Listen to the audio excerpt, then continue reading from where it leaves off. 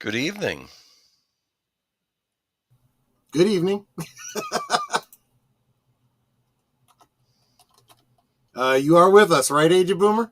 I am. I said good evening. And maybe it didn't come through. I kept hearing the music play. Welcome, everybody, to Geeky Geezers. I'm your host, Pacelli. This is my co-host, Agent Boomer here. Oh, wait. No, never mind. Hi. Welcome, everybody. we are a professional outfit here, despite what it might appear like. We got a lot of stories to do tonight.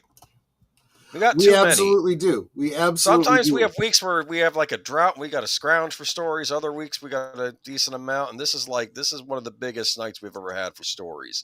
Like all the stuff we've been speculating on, it all just spills out this week. It's ridiculous. We had to cut stuff. That's how much we had. All right. Yeah, like exactly. The Zelda movie release date. We were not going to have that on here because there's more stuff to talk about than that. Welcome, Big Al. It was good to see you here. Have a great stream tonight, my friends. Hope everyone has a lovely evening. Are you having a lovely evening? I am. How about yourself? It's fine. Fine. Chris P. Good evening, gents. Have a great stream. Off to catch replay as I am out of town for the weekend. Well, have a safe journey back home and hope you have fun wherever you are. Where do you think he is? Not sure. Niagara Falls? Slowly I turn, step by step, inch by inch. I can't pass that up. Sorry, I have to. Gotcha. Connie Cleary, it's welcome. A reflex. Yes. Oh, Ruby Hoove, thank you so much. Gifted a membership to Robert's Infinite Realms. Okay. Isn't that awesome? Welcome. Thank you. And there are privileges that come with memberships. Yeah, I mean, right? If nothing else, the Monday night at the movies every single week for members only. Tomorrow night, Animal House by request of the members. Connie Cleary, Jonathan Conroy. Let me see. Last call with Troy Pacelli. Welcome. Zootopia. Oh, wait, never mind. The Joker's voice. Welcome. What a bunch of geeks. See, my friend. Good to see you. Yes. I feel like tonight it's what a bunch of grumps because I feel like a grump tonight. We do have some stuff to grump about. That is absolutely true. Some could say I'm grumpy like Grumpy. Yeah. Was Grumpy allowed to be grumpy in the Snow White live action? Yeah. Hey guys, I'm eating pizza. My understanding is his character arc made absolutely zero sense, like most everything else in the film. He was a very much beloved character because of the story arc in the original Snow White, and all of that was cut out of the live action. But doesn't matter because right here I have the DVD Blu-ray combo pack of the original Snow White and the Seven Dwarfs. There should be a virus sent to your Blu-ray player that just nukes your Snow White discs. You have to buy the remake. You have to buy the remake now. Oh God! Don't give them any ideas. Don't give them any ideas. Boomer and Troy at the movies. Well, tonight we're going to be talking about some movies tonight, but it does kind of look like at the movies, doesn't it? Yes. The old Siskel and Ebert show. And that was kind of what I was going for. I was going for like a 70s talk show. I was thinking maybe Phil Donahue or something like that. But yeah, I could see at the movies as well. Yeah. All right. Hold on. Jessica Hardo. Did I get everybody? CluuStudio? Okay. Welcome, Joker's voice. Let me keep scrolling down. Sorry, this is slow tonight for some reason. Hold on. Welcome, JPRPH1. Oh my gosh. I want to shout out again Ruby Hoove, who became a member. Wow. Welcome, Ruby Hoove. All this time you've been gifting memberships. Today you became a member. I am so glad. Thank you. You are welcome. You are always welcome, but you are so appreciated. Yes. All right. And hail Age Boomer, Big Al. Everybody else, welcome Curtis Selby. All right. So I know some of you might be coming in from Deleted Scene Channel. Welcome, Zootopia. Always good to see you. All right, you want to get into the presentation? Because we got a lot to get through. Yes, I absolutely Snap to. do. Snap to. Let's, oh, yeah. Oh, sorry. I got to go to the presentation. I see what you're saying. It's all right. I see what It's you're all right. saying. Getting We to got it. There news you go. tonight. No good old days tonight. We're not going to celebrate the good old days tonight. But tune in this Friday night on Last Call with Troy Pacelli. We will be doing a retrospective on the Tom Baker era of Doctor Who. Yep. Does everyone's favorite Doctor, at least until David Tennant came around. But I think Well, I don't know. Since his time as the Doctor, people are starting to eschew him and going back to Tom Baker. Back to Tom Baker. You got to go back. We did the first 3 Doctors last Friday. You can check that out on my channel and Troy's. You can see the stream there as well. But everyone coming from Unscripted, welcome to Deleted Scenes. Thank you for popping in. And our first story of the night.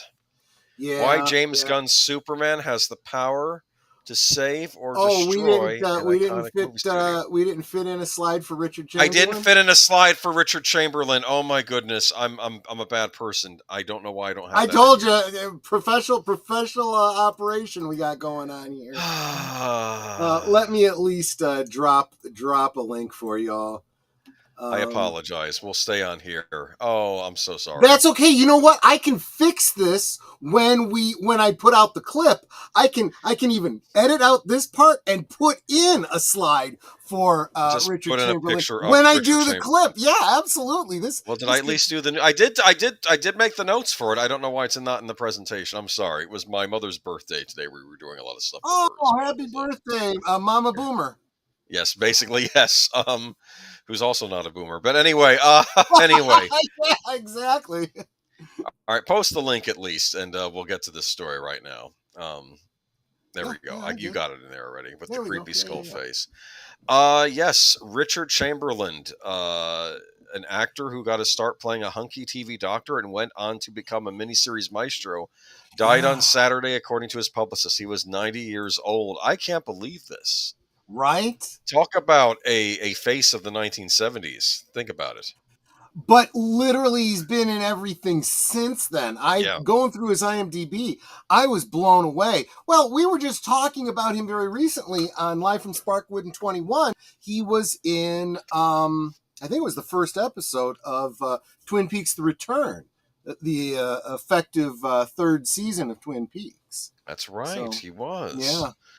That was an interesting cameo there. But I of course know him from the movie The Towering Inferno. Yes, which we did a rewatch of on Big Al Presents. I remember he was the son-in-law that cheaped out on the electrical fixtures in the building. Exactly. That's why it went up. He was the villain of that movie.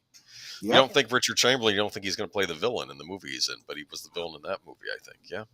Yeah, well, that was a lot closer to the beginning of his career. So, although I do remember my mom and my grandmother both going, "Oh, Dr. Kildare," and I had no clue who Dr. Kildare was. That was before my time, but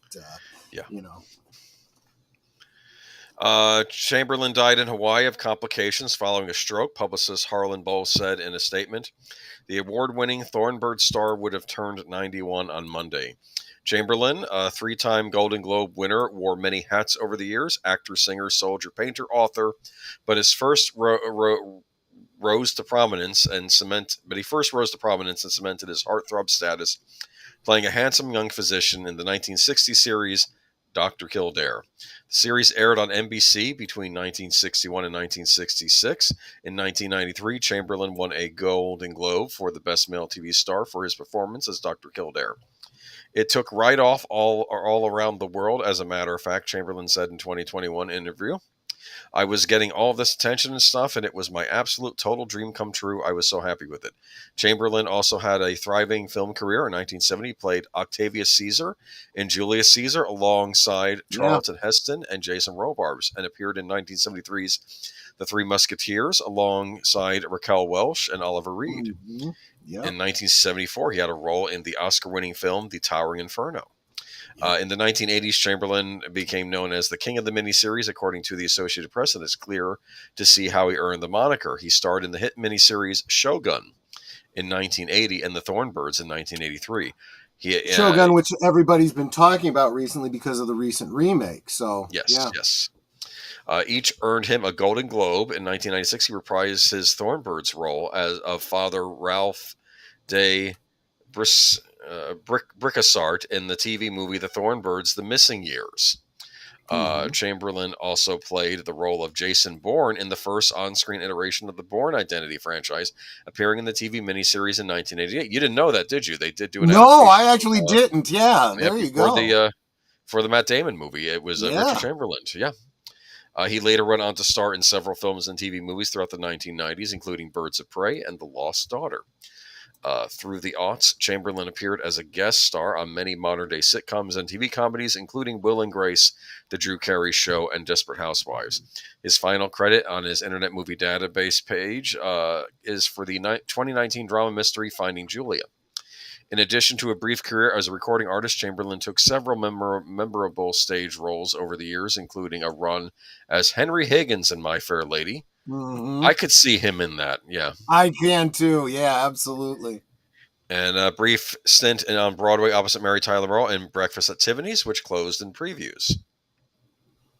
Born in Los Angeles, California, Chamberlain grew up in Beverly Hills with his parents and older brother Bill before earning a bachelor's degree in arts from Pomona College, bold statement noted. After graduating, Chamberlain joined the U.S. Navy and served 60 months in Korea, where he earned the rank of sergeant. Chamberlain is survived by his longtime partner, Martin Rebbit. Our beloved Richard is with the Angels now. He is free and soaring to those loved ones before us, Rebbit told CNN in a statement Sunday. How blessed were we to have known such an amazing and loving soul. Rest in peace, Richard Chamberlain. Truly an iconic actor.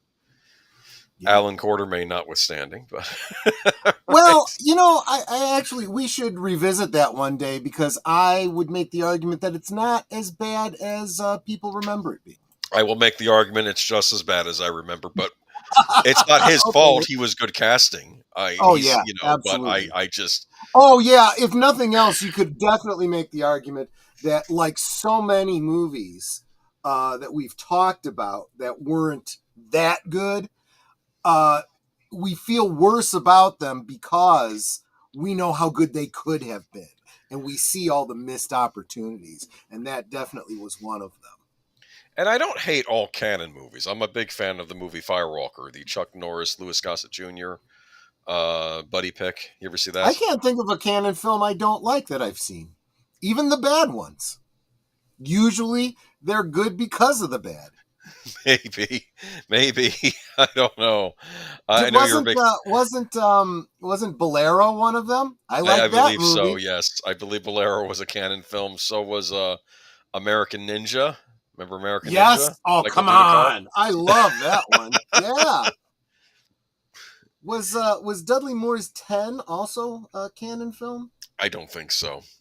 Maybe not. I doubt it. Maybe I'm just wrong on that. Maybe I'm just crossing my wires because of Bo Derek, but she'll cross anyone's wires. Let me just tell you. That's true. It's funny though. I when I do have the time, I might watch an old episode of Batman the Animated Series, and I'm getting to some of the weird episodes which didn't have some of the major villains in it.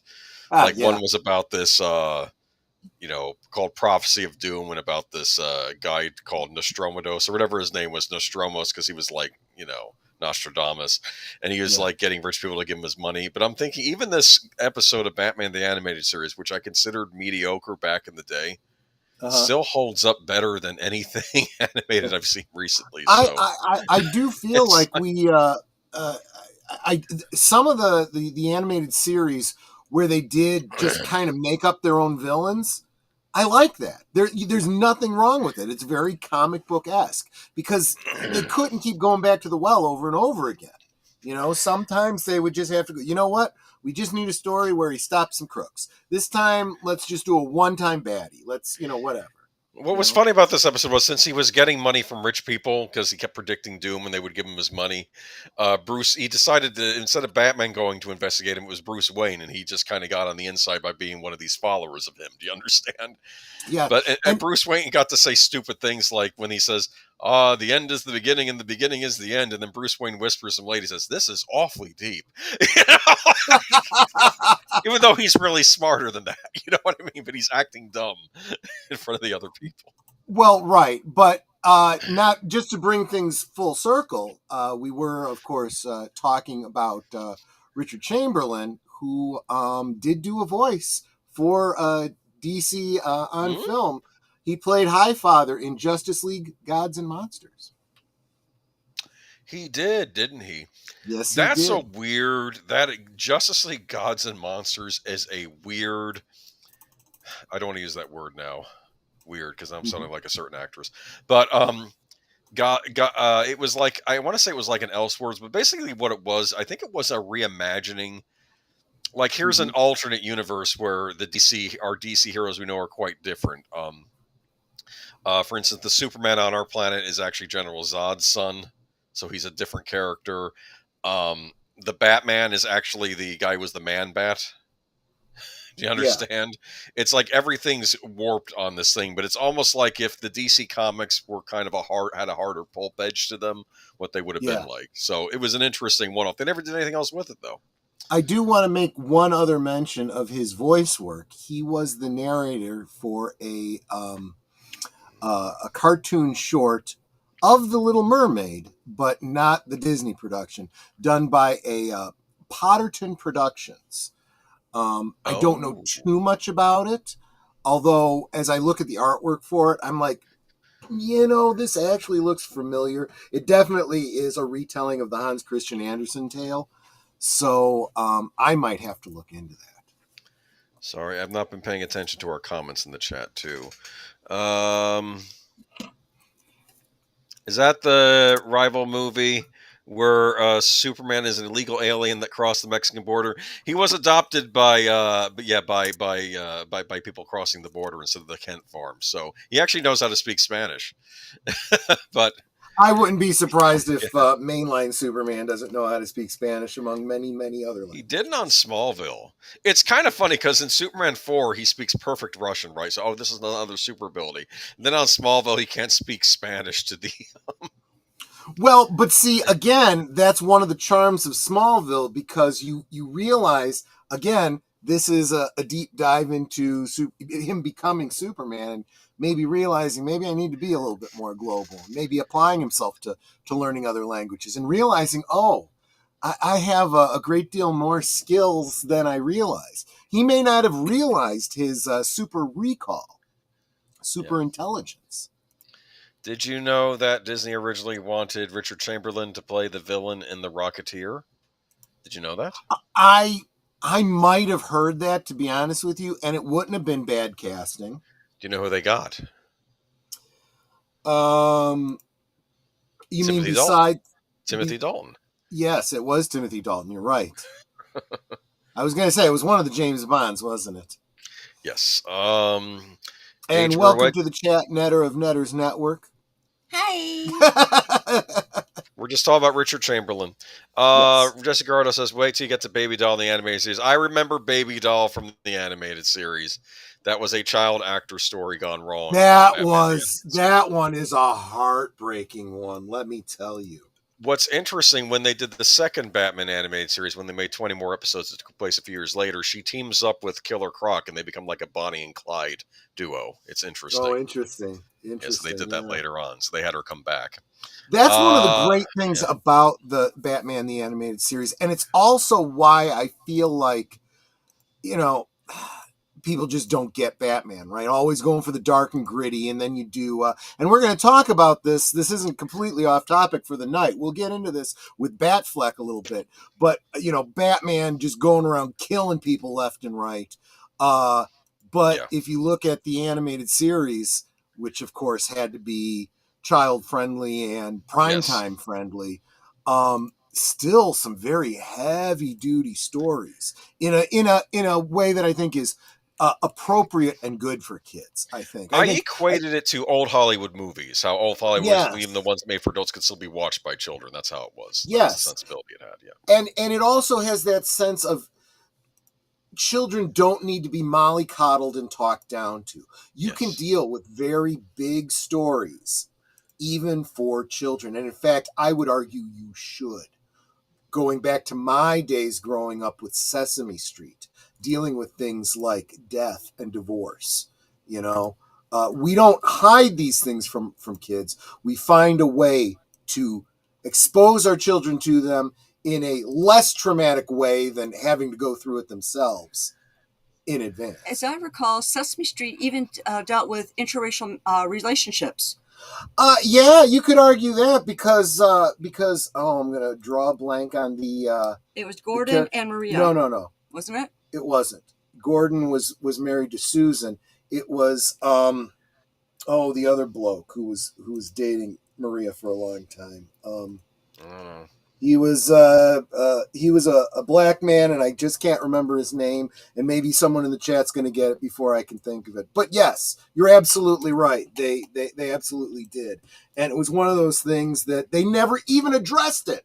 They just had that couple in there, and never a problem, never a question. Well, you know, it's kind of like in the original Snow White and the Seven Dwarfs when Dopey doesn't speak, and they're like, why doesn't he speak? And it's like, well, we don't have a problem with that as long as he does his work. You know, he doesn't have to speak. And, you know, the point was they accepted him for who he was. Yeah. Instead of trying to come up with a reason for, you know, all this other stuff. We're going to get into Snow White, too, and all the problems there as well. You mean Snow Wrong?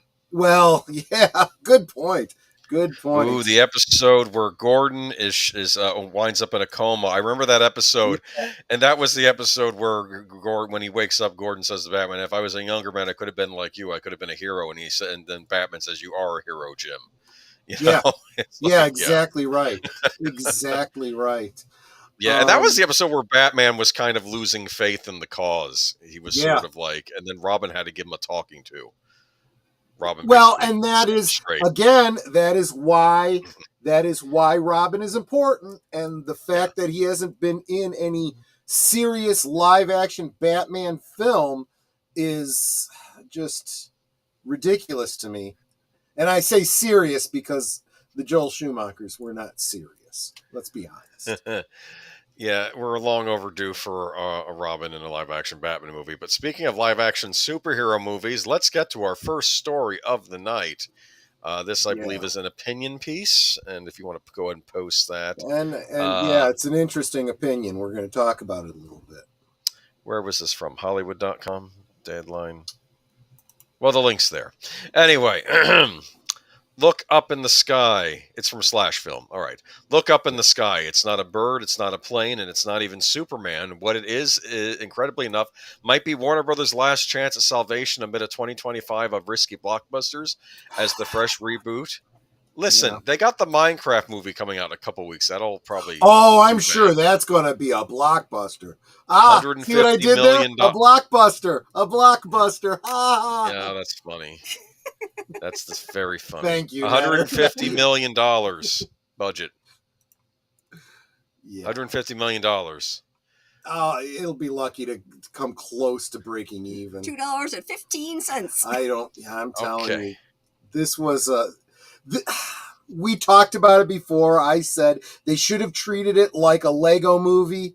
It should have been that kind of animation. Could have been all the same actors doing the voices, but no. Anyway. Yeah.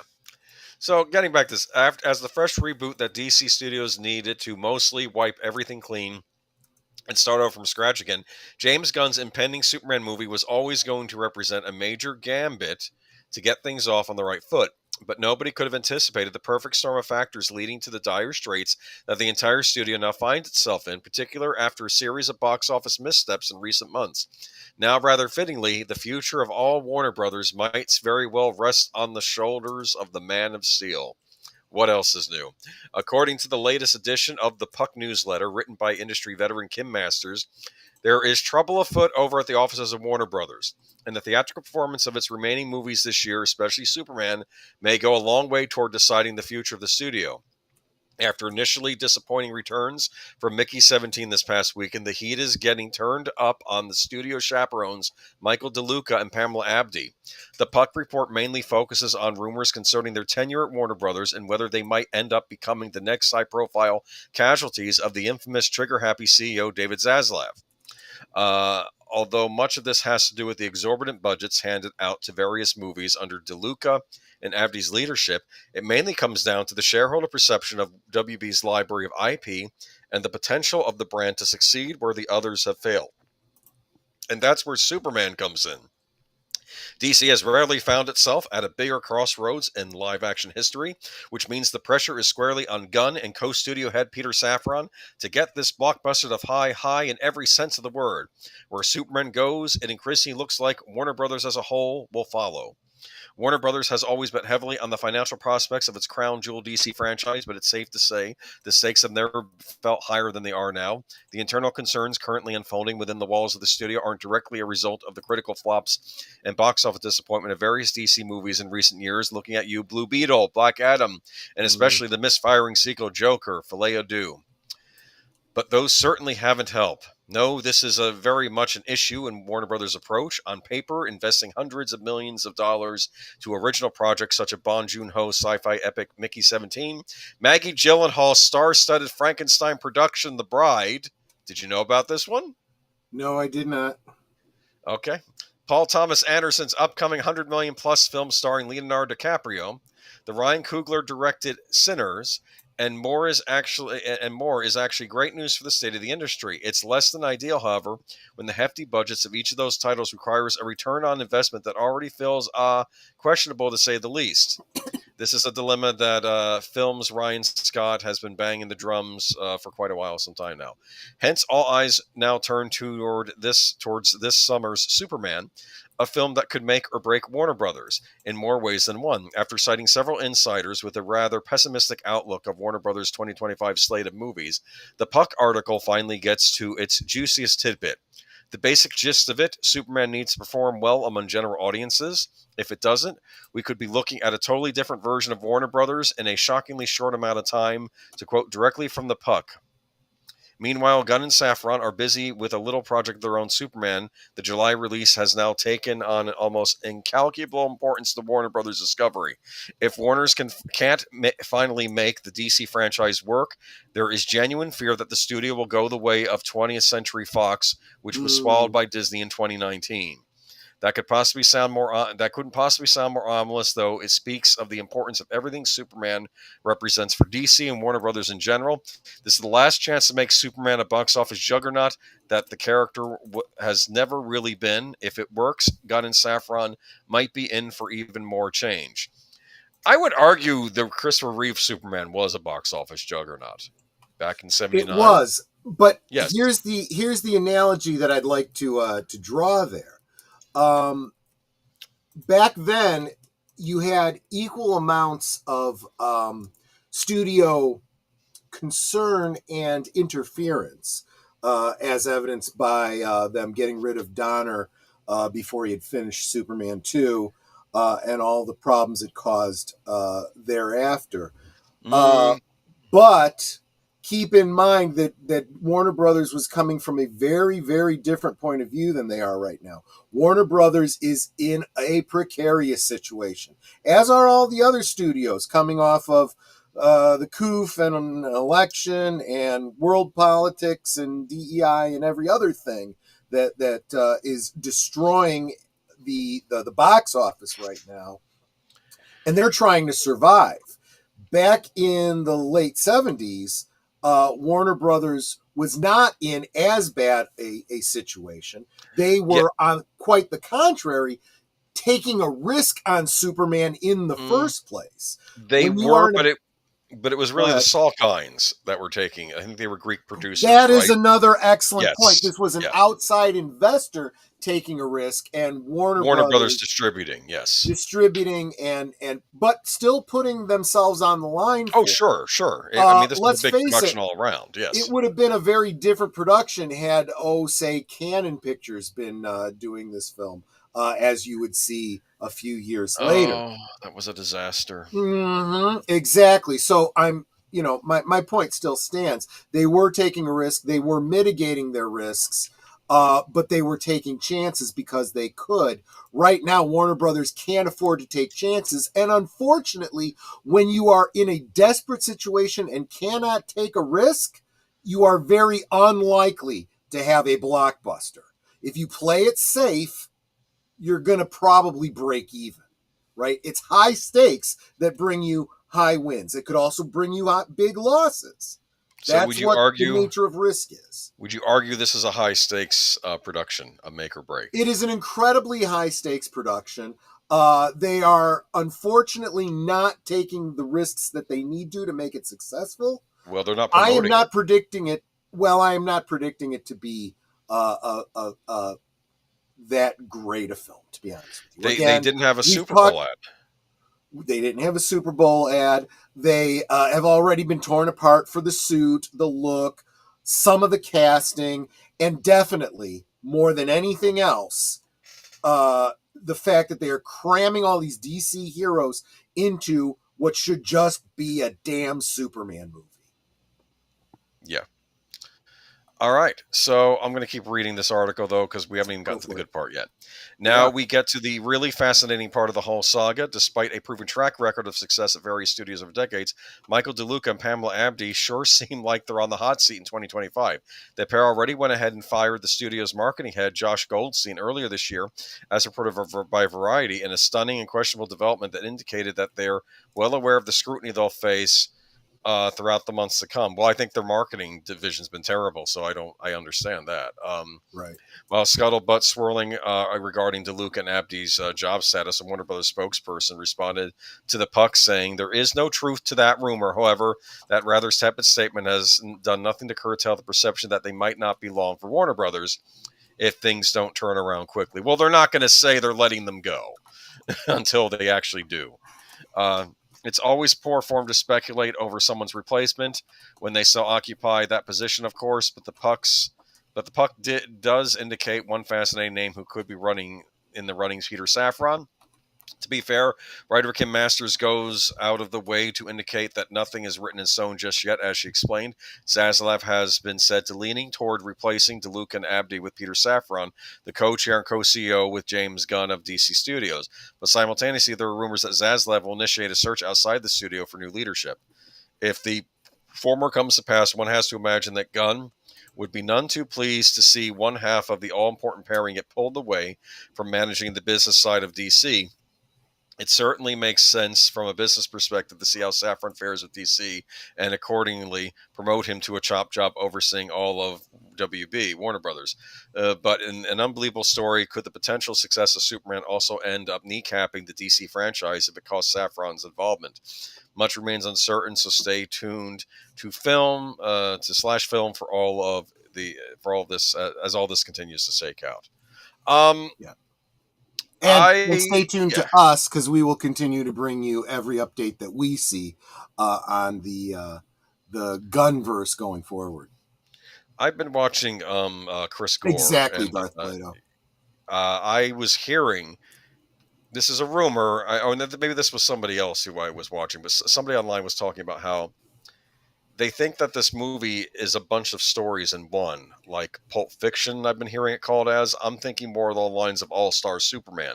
This might explain why we're seeing all these characters, because maybe they're in different story segments. You have one where he teams up with Guy Gardner, another one where Hawkgirl shows up. That might make more sense than just having all these random heroes show up. So, and I even think we heard James Gunn saying that he's using All-Star Superman as an inspiration. So I think what we're seeing here, why nothing makes sense in the trailer, is that these are going to be a bunch of stories in one.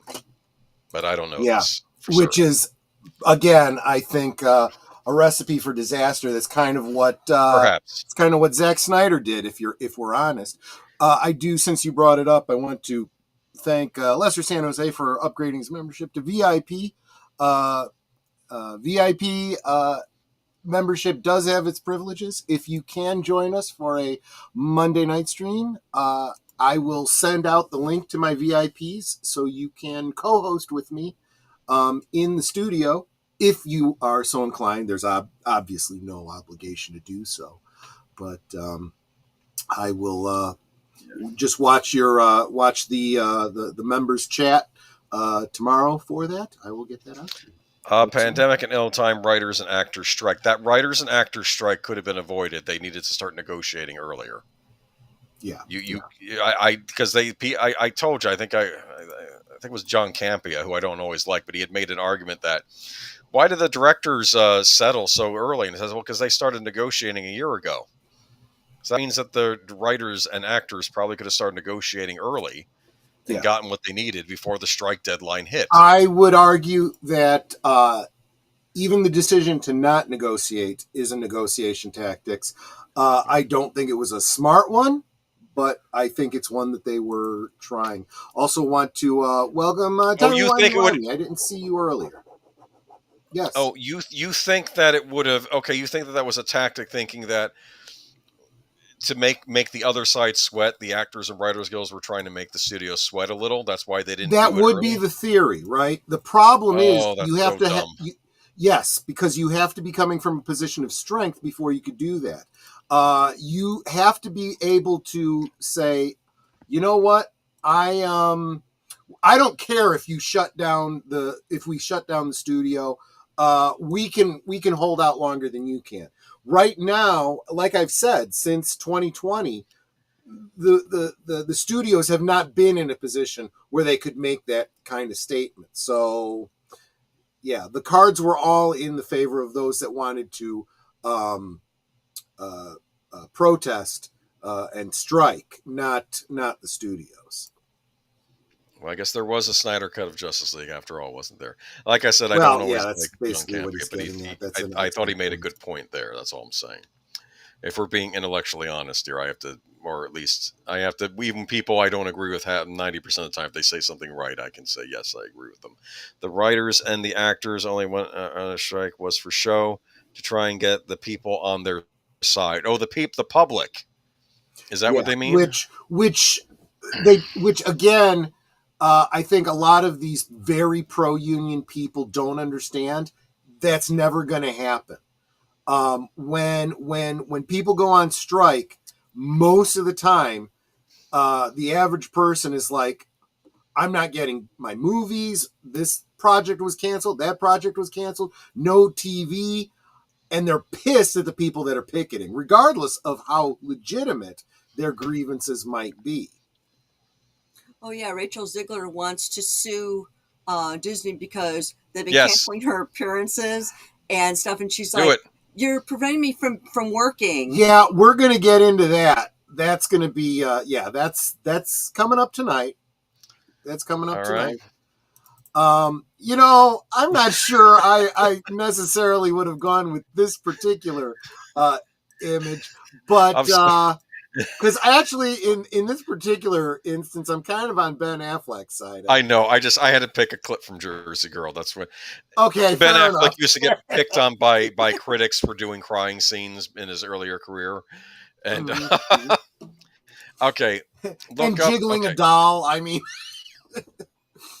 Yes, well, there's that too. Yes, but Ben Affleck says my son was too scared to watch, and that's a problem. Ben Affleck joined GEEK magazine for a new cover story where he continued to reflect on what went wrong with his run as Batman in Zack Snyder's DC Universe. The Oscar-winning debuted as The Dark Knight in 2016's Batman vs. Superman: Dawn of Justice, and reprised the superhero in films such as Justice League and The Flash. He told the Los Angeles Times in 2022 that playing Batman was awful and the worst experience. Affleck is now opening up more about why. He's got no reason not to. He's not ever going to play him again.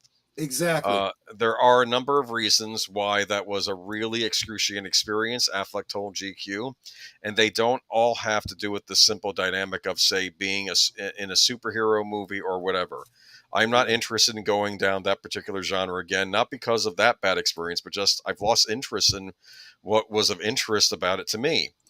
But I certainly wouldn't want to replicate an experience like that. A lot of it was misalignment of agendas, understandings, expectations, and also, by the way, I wasn't bringing anything particularly wonderful to the equation at the time either. I had my own failings, significant failings in that process and at that time. I want to argue that I didn't think his necessary performance of Batman was terrible. I don't know why. I think that was the script he was handed. I don't think it was necessarily true. If you're being objective, that's true. He is not in a position to be objective. He was going through some very difficult personal things at the time. I think that's what he's alluding to. Okay. And I think you could even see it in his appearances in promotional, encounters and whatnot. He really was not happy with his performance, what was going on. And I'm not sure he can even draw a distinction between his performance as Batman at the time and his life behind that. Yep. You know, in other words, I've got some compassion for this guy, you know? Yeah. No, I agree.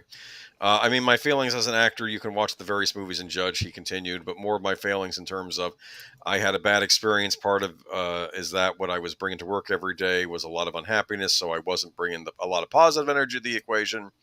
I didn't cause problems, but I came in and did my job and went home. But you've got to do a little bit better than that. Well, probably, from what I heard, that whole set environment was terrible. Darth Plato makes a great point, saying a common complaint of Snyderverse was that it was too much pathos and not enough escapism. I would argue, I agree with that 100%, but I would also say that it wasn't enough substance. A lot of pathos and not enough substance. You know? I would also argue, I think we have a war on escapism right now in escapist genres. So yeah, which is why we're here. However you want to define it, it's obviously the studios and the entertainment industry just hating making money. I mean, really, when you keep hearing people talking about fan service, what the hell is wrong with fan service? The fans are the ones with the money you want. You need to serve them if you want the fan money. Because the people in the press and the elites, they hate the fans. They hate the regular people that want to go see these. They look down on you. And that's fine for them to say it. It's not good for representatives of the studio to say it. Especially, the dingbats tweeting out on the Twitter tweets. Well, one thing I will say, I mean, Zaslav gets a lot of hate, but I remember when he came in, he made a point that the people running Warner Brothers before him were idiots. He actually said that out loud, which I do agree with him on. Of course, anyway, Affleck now runs the production company Artist Equity and said part of his attraction is to actually a way of trying to avoid what went on during the Batman days. He explained, I want to put together partnerships and filmmakers and cast and a studio apparatus that's aligned where precisely the kind of misalignment doesn't happen and you have a much better work experience. Well, I wish him luck with that. And he's been in the movie business long enough that I think he might be able to pull this off. So, Timey says too much freaking slow motion. I agree with you. We talked about that last week on the... the week before last on the Members Only 300 rewatch and the previous 300 rewatch that I did. Or maybe Netter did it. I can't remember when he did it. Yeah. Slow motion was a thing in the 70s and they brought it back. Well, and the thing was, in the 300, I felt that the slow-mo was used very, very well. Unfortunately, these filmmakers take away the wrong lesson. They get a little bit of attaboys for something, and then they overdo it, and then they got their attaboys for Baywatch and the bouncing slow motion. Well, there's slow motion, good use of slow motion example there too, because they want to pretend that they're writing great literature instead of popcorn films. Absolutely, Accounting Sheep, welcome, by the way. I would also say that the two are not mutually exclusive. You can make a popcorn film and fill it with great pathos if you know how to write. And unfortunately, not a lot of these folks do. Hot take, Ben Affleck is the best Batman due to his portrayal of Bruce Wayne. That his portrayal of Bruce Wayne was the best. I can agree. We're talking about Batman Bruce Wayne, right? Yes. And so I'll say you're half right. If you don't get Batman right and you get Bruce Wayne right, he was better. Michael Keaton camp. Yeah, Michael Keaton was good. I mean, I didn't see the Snyder Cut, but in the theatrical version of Justice League, I'll say Batman was at least better. He got over his anger issues, at least at that point. But I would also say that most of the problems that anyone's going to have with Affleck, and this is going back to what you were saying, Boomer, it's more the writing and the directing than it was him as an actor and his portrayal. So let's, this is why I give so much leeway to what's his name who played Man of Steel, Henry Cavill. Yeah. He was great too. He just had crap to work with. It's Ezra unfortunately been. Ezra Miller was a disaster, though. He was a disaster all around. He didn't get the character right. The writing and directing sucked. He was a moron behind the scenes. Is he the one that didn't want to bulk up for the role? No. That was Pattinson. But then people said later on that he was lying in the interview about that because he says he puts on personas in interviews because he gets nervous when interviewed, and I don't know what the case was. Doesn't matter. Well, and that goes back to it's promotion of your movie, though. That's what I'm saying. Yes, that goes back to something that Nate was saying too. Part of your job is how you promote the movie. He was, of course, applying it to Rachel Zegler. We'll get back to that later. But it also kind of spoke to what I was saying about Ben Affleck. You got to remember that I think a lot of actors forget they are not there to be themselves. They're still supposed to be putting on a role, and that role is themselves promoting something. So they still need to put aside whatever's going on in their personal life. If I was on camera, I do the, and scene and I, action, kind of thing. And you go out there and you put on a smiley face and you say all the lines that the studio had you set up to say. And you're as positive as you can, and you love all your coworkers. They were great. It was the best experience ever. You guys are going to love this movie. And then scene, and then you can go have a smoke and a drink and cry in your beer. But moving on. Unless you have anything left to say about Ben Affleck. No, I have nothing against the guy. I've liked a lot of his movies. Yes. I think he got a bad rap on this. I think I even gave him a bad rap, in the past on this. So, yeah. But he's absolutely right about the mischaracterization of Batman. If you are making a superhero movie that really should be bringing in kids that you want to sell action figures for, and the actor as a kid who's afraid to see the movie, there's a problem. Yeah, because he probably wanted to show his kid Batman. He's like, the kid don't want to watch because it looks scary. Well, you've heard what I had to say about the first Spider-Man movie with Tobey Maguire. A buddy of mine couldn't take his kids to see it because it was, so cold and rainy in that back alley when Spider-Man is kissing MJ. Mary Jane. Just remember who your audience is. Maybe get back to making, family movies for families. I'll be blunt. I did get the impression that Spider-Man was probably being geared toward teenagers when that was out. It may very well be, but there is a way to do that without, getting yourself a PG-13 rating and not being able to have kids in. Just saying.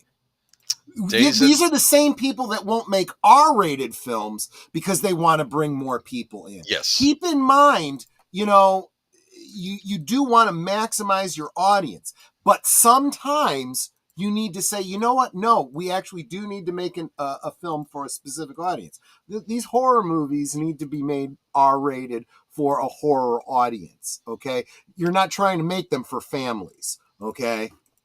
But when you are trying to make a family movie, make a darn family movie. I understand. Jason Zaslav continues his crusade against Looney Tunes, plans to tear down historic animation building. Yeah. He's got a vendetta against Looney Tunes. It really is from like Cartoon that. Brew. Mm-hmm. This is from Cartoon Brew. Warner Brothers Discovery CEO David Zaslav continuing. I would argue this might be an opinion piece, but it's interesting. Warner Brothers Discovery CEO David Zaslav is continuing his systematic crusade to dismantle Warner Brothers and animation legacy, and he's doing it with the kind of thoroughness that borders on obsession. Today, Deadline reported that Warner Brothers will raise Building 131 on its Burbank studio lot. The building was the last home of the original Warner Brothers animation studio and housed the unit from 1955 to its closure in the late 1960s.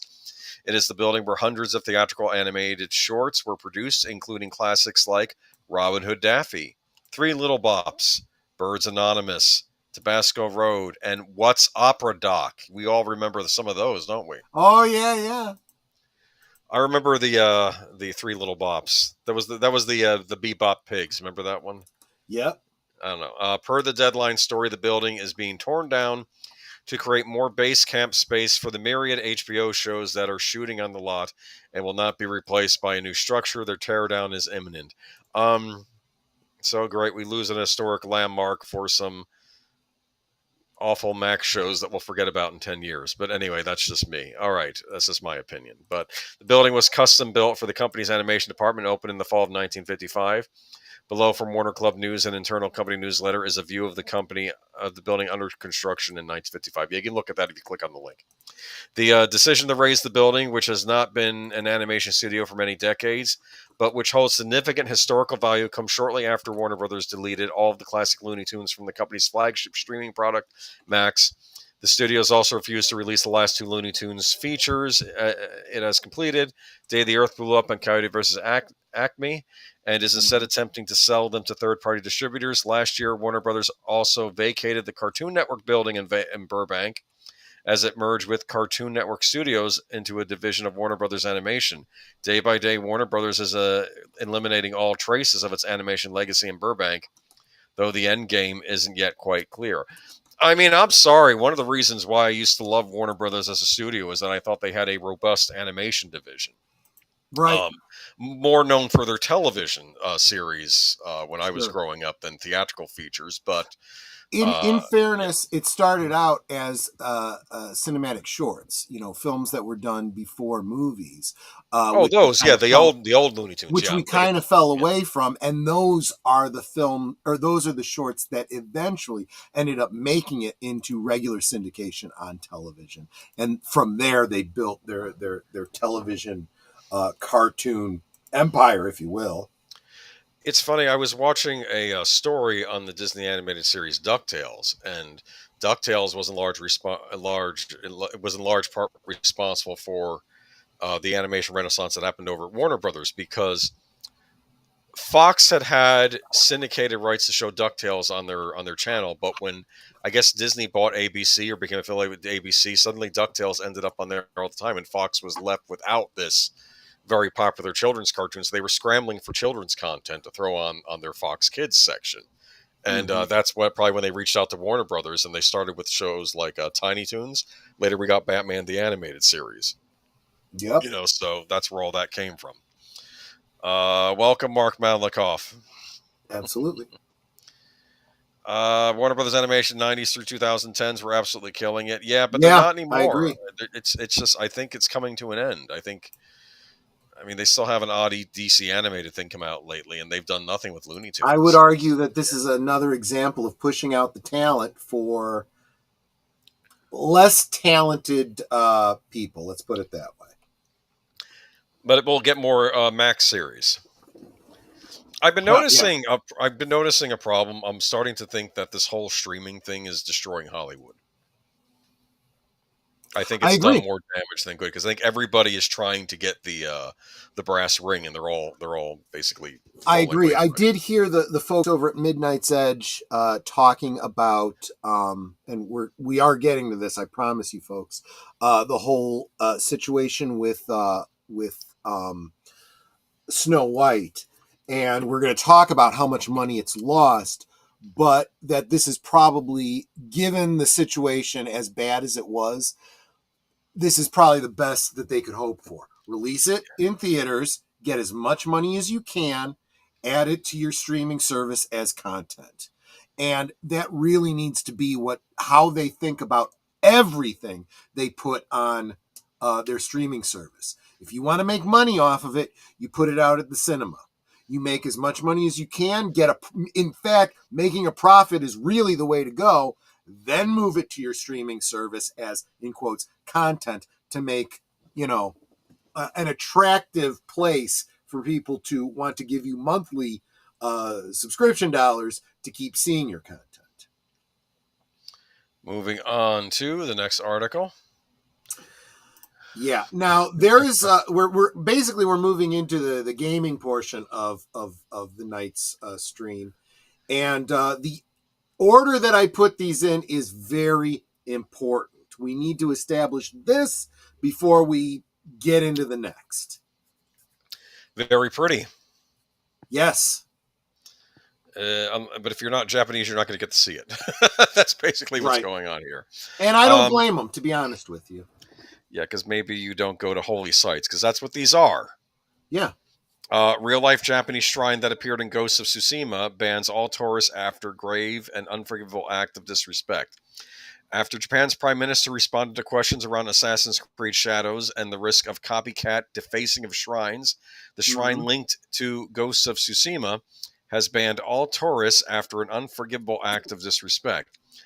Automaton reported on the Watazumi shrine in real-life Shinto shrine located on Japan's Tsushima Island, which announced it had banned entry to anyone other than congregants and worshippers after what it called a grave and unforgivable act of disrespect committed by foreigners. Ghost of Tsushima brought worldwide attention upon the Watazumi Shrine upon its release in 2020, as it is thought to have inspired the in-game Scarlet Rock Shrine. As Automaton reported, Ghost of Tsushima fans launched a successful crowdfunding campaign to help raise money to repair damages suffered by the shrine during a typhoon. Now, to be fair, I'd like to think most of the gamers that played this game would be respectful of this shrine if they went there, but obviously some people that went there weren't. Officials didn't go into detail on this latest incident, but mentioned having to call the police to deal with vandalism and the physical and verbal abuse of staff. Inbound tourism's destruction of places, things, and people cherished by the Japanese is nothing less than the destruction of Japanese culture. Automaton quoted shrine officials as saying, "The incident comes hot on the heels of the controversial launch of Assassin's Creed Shadows in Japan. Shadows, which like Ghost of Tsushima is set in feudal Japan, launched last week alongside a day one patch that quietly made a number of important changes, including to temples and shrines. The update made temples and racks. The update made tables and racks in temples and shrines indestructible and changed citizens without weapons, so they no longer bleed when attacked, and thus reduce blood spill in temples and shrines." Ubisoft told IGN the day one patch was for all players and not Japan specific, but was hard to see the changes as anything but a response to the controversy surrounding the game in the country. I want to make a point. They keep bringing up Ghosts of Tsushima. This, even though the game is taking place in feudal Japan, it was made by a Western developer, Sony Studios. I forgot who it was. But I remember, though, the studio said that they purposely would go to Japan. They were trying to get clearance to make sure that they were not being disrespectful. They were actually taking care to make sure that they were doing the period right, and they weren't doing anything that would be insulting to someone in Japanese culture. So I know that they did their legwork on that, even though the developers weren't from Japan, which is, I think, what you do. I don't think that was done with Assassin's Creed Shadows. It absolutely was not done with Assassin's Creed. Yeah. And we'll get into that. Yeah. The Assassin's Creed Shadows question was asked by Japanese politician, a member of House of Councilors in Japan, Hiroko Kada.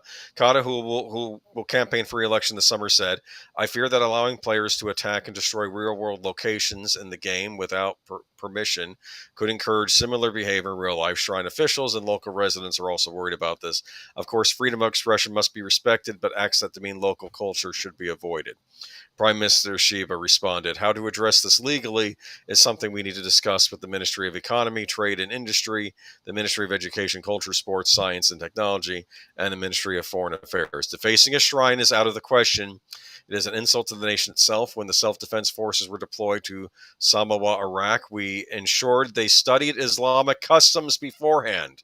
Respecting the culture and religion of a country is fundamental, and we must make it clear that we will not simply accept acts to disregard them." If I could use maybe an American example, I think when we were on a school trip in Boston, I think we stopped at a church that George Washington had attended. And I think even though it's a historic landmark, I think they still perform services there. So it's not Not that you should be destroying historic landmarks either, but the point is, it's still a place of worship for people living there. So yeah, that's all. It absolutely comes down to a matter of respect. It's not about, what legally can be done about this. It's you need to learn. If you don't do everything that you can to make sure that you are being respectful to a culture, a history, a belief system, individual people, then maybe don't even bother doing the thing. Yeah. It is common to see signs in Japan establishing no foreigners. They do this because they find outsiders rude. What do you think? Yeah. Unfortunately, because outsiders don't understand that level of respect, right? Yeah. They don't care. They think I can do whatever I want, and I don't care what you think. Yeah. And to be fair, I don't know who these people were. They could have been American. They could have been European, Canadian. I don't know where they came from. I don't care who they were. Or what they did. Well, the point is, though, is that I'd like to think my fellow citizens are not ugly Americans abroad. There's an expression known as the ugly American. You probably heard that, right? So yeah, exactly. As our colleagues in IGN Japan explained to us last week, Japan has a record number of overseas videos in the wake of the country reopening its borders after the pandemic and the lower of the weak yen.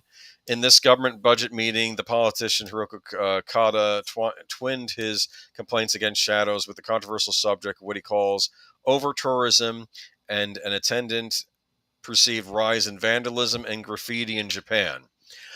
I am going to say something, too. I have seen, I don't want to say YouTubers or TikTokers that go into foreign countries and start doing stunt things. Have you seen these? Well, there's this whole case going on right now with that old, what's his name, Johnny Somali or whatever. Mm-hmm.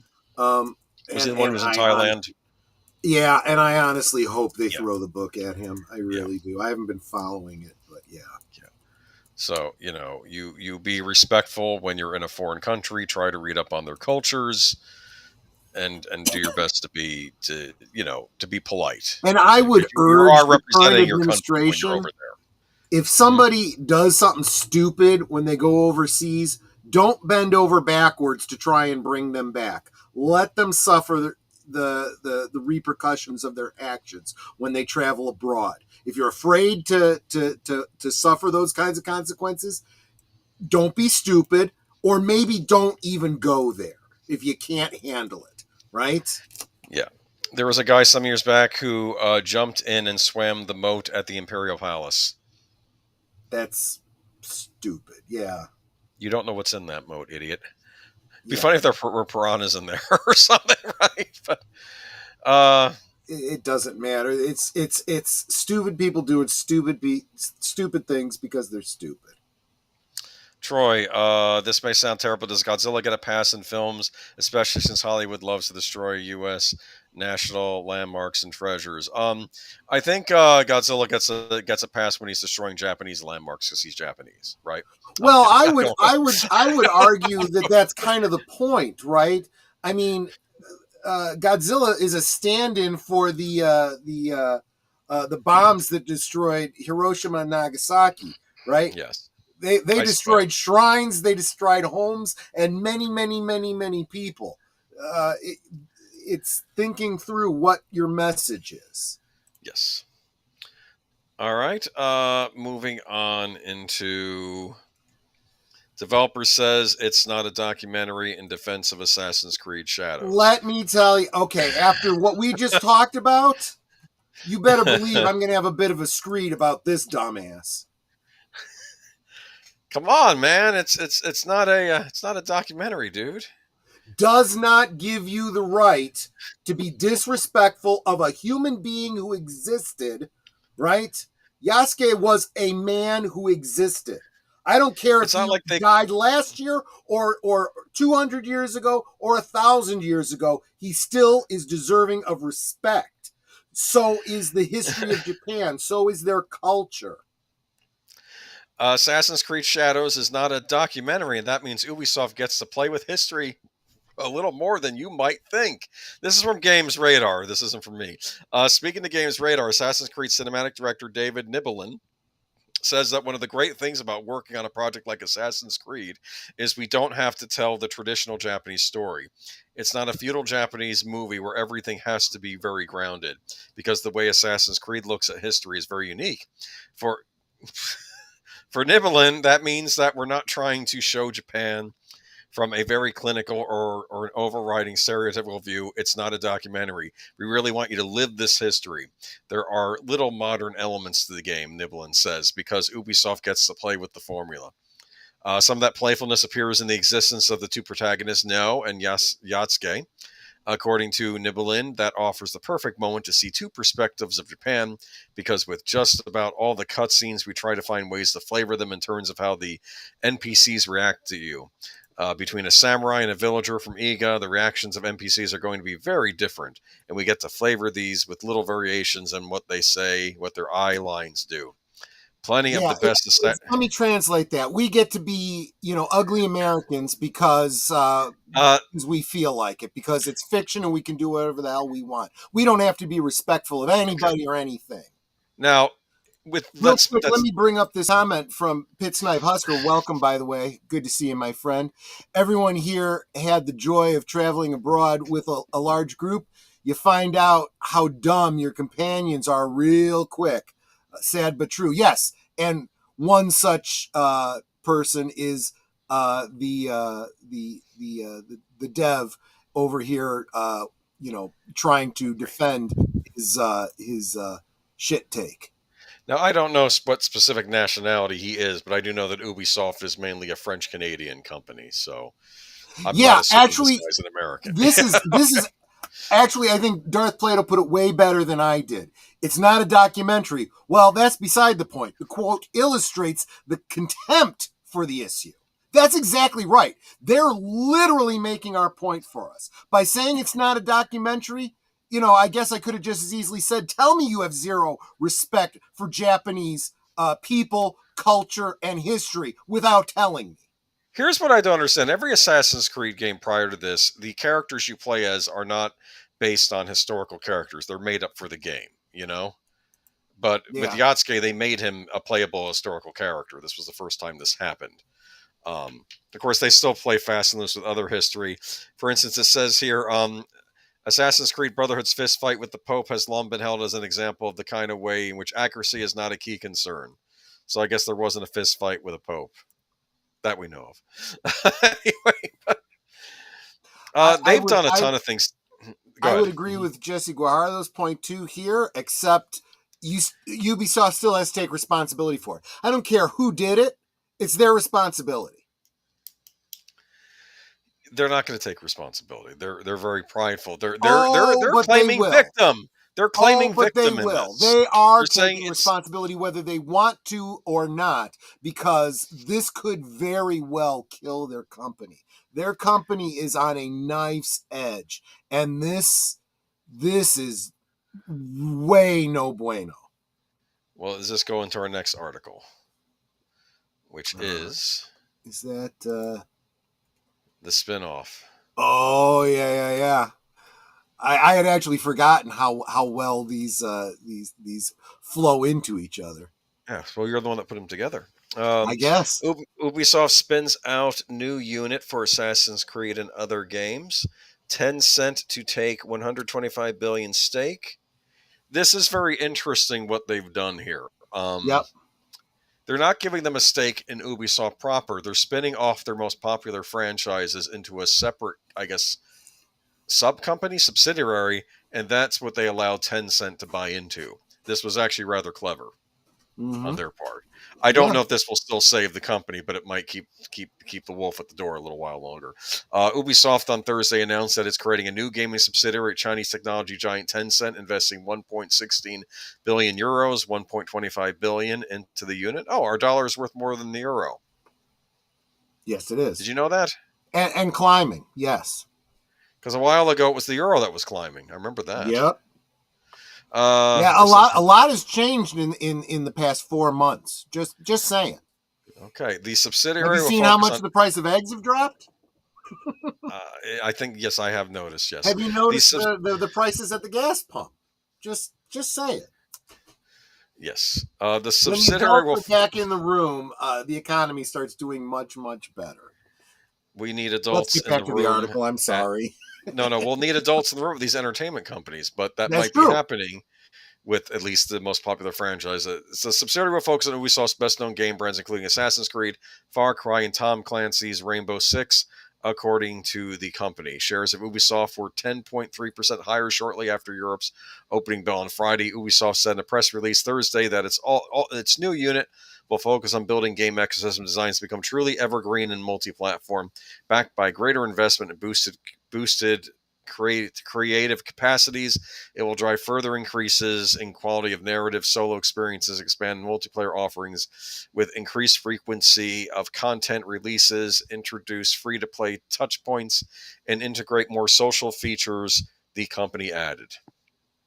The investment from Tencent values the new subsidiary at 4 billion euros, Ubisoft said, implying that 4 times multiple based on its average sales from full year 2023 to 2025.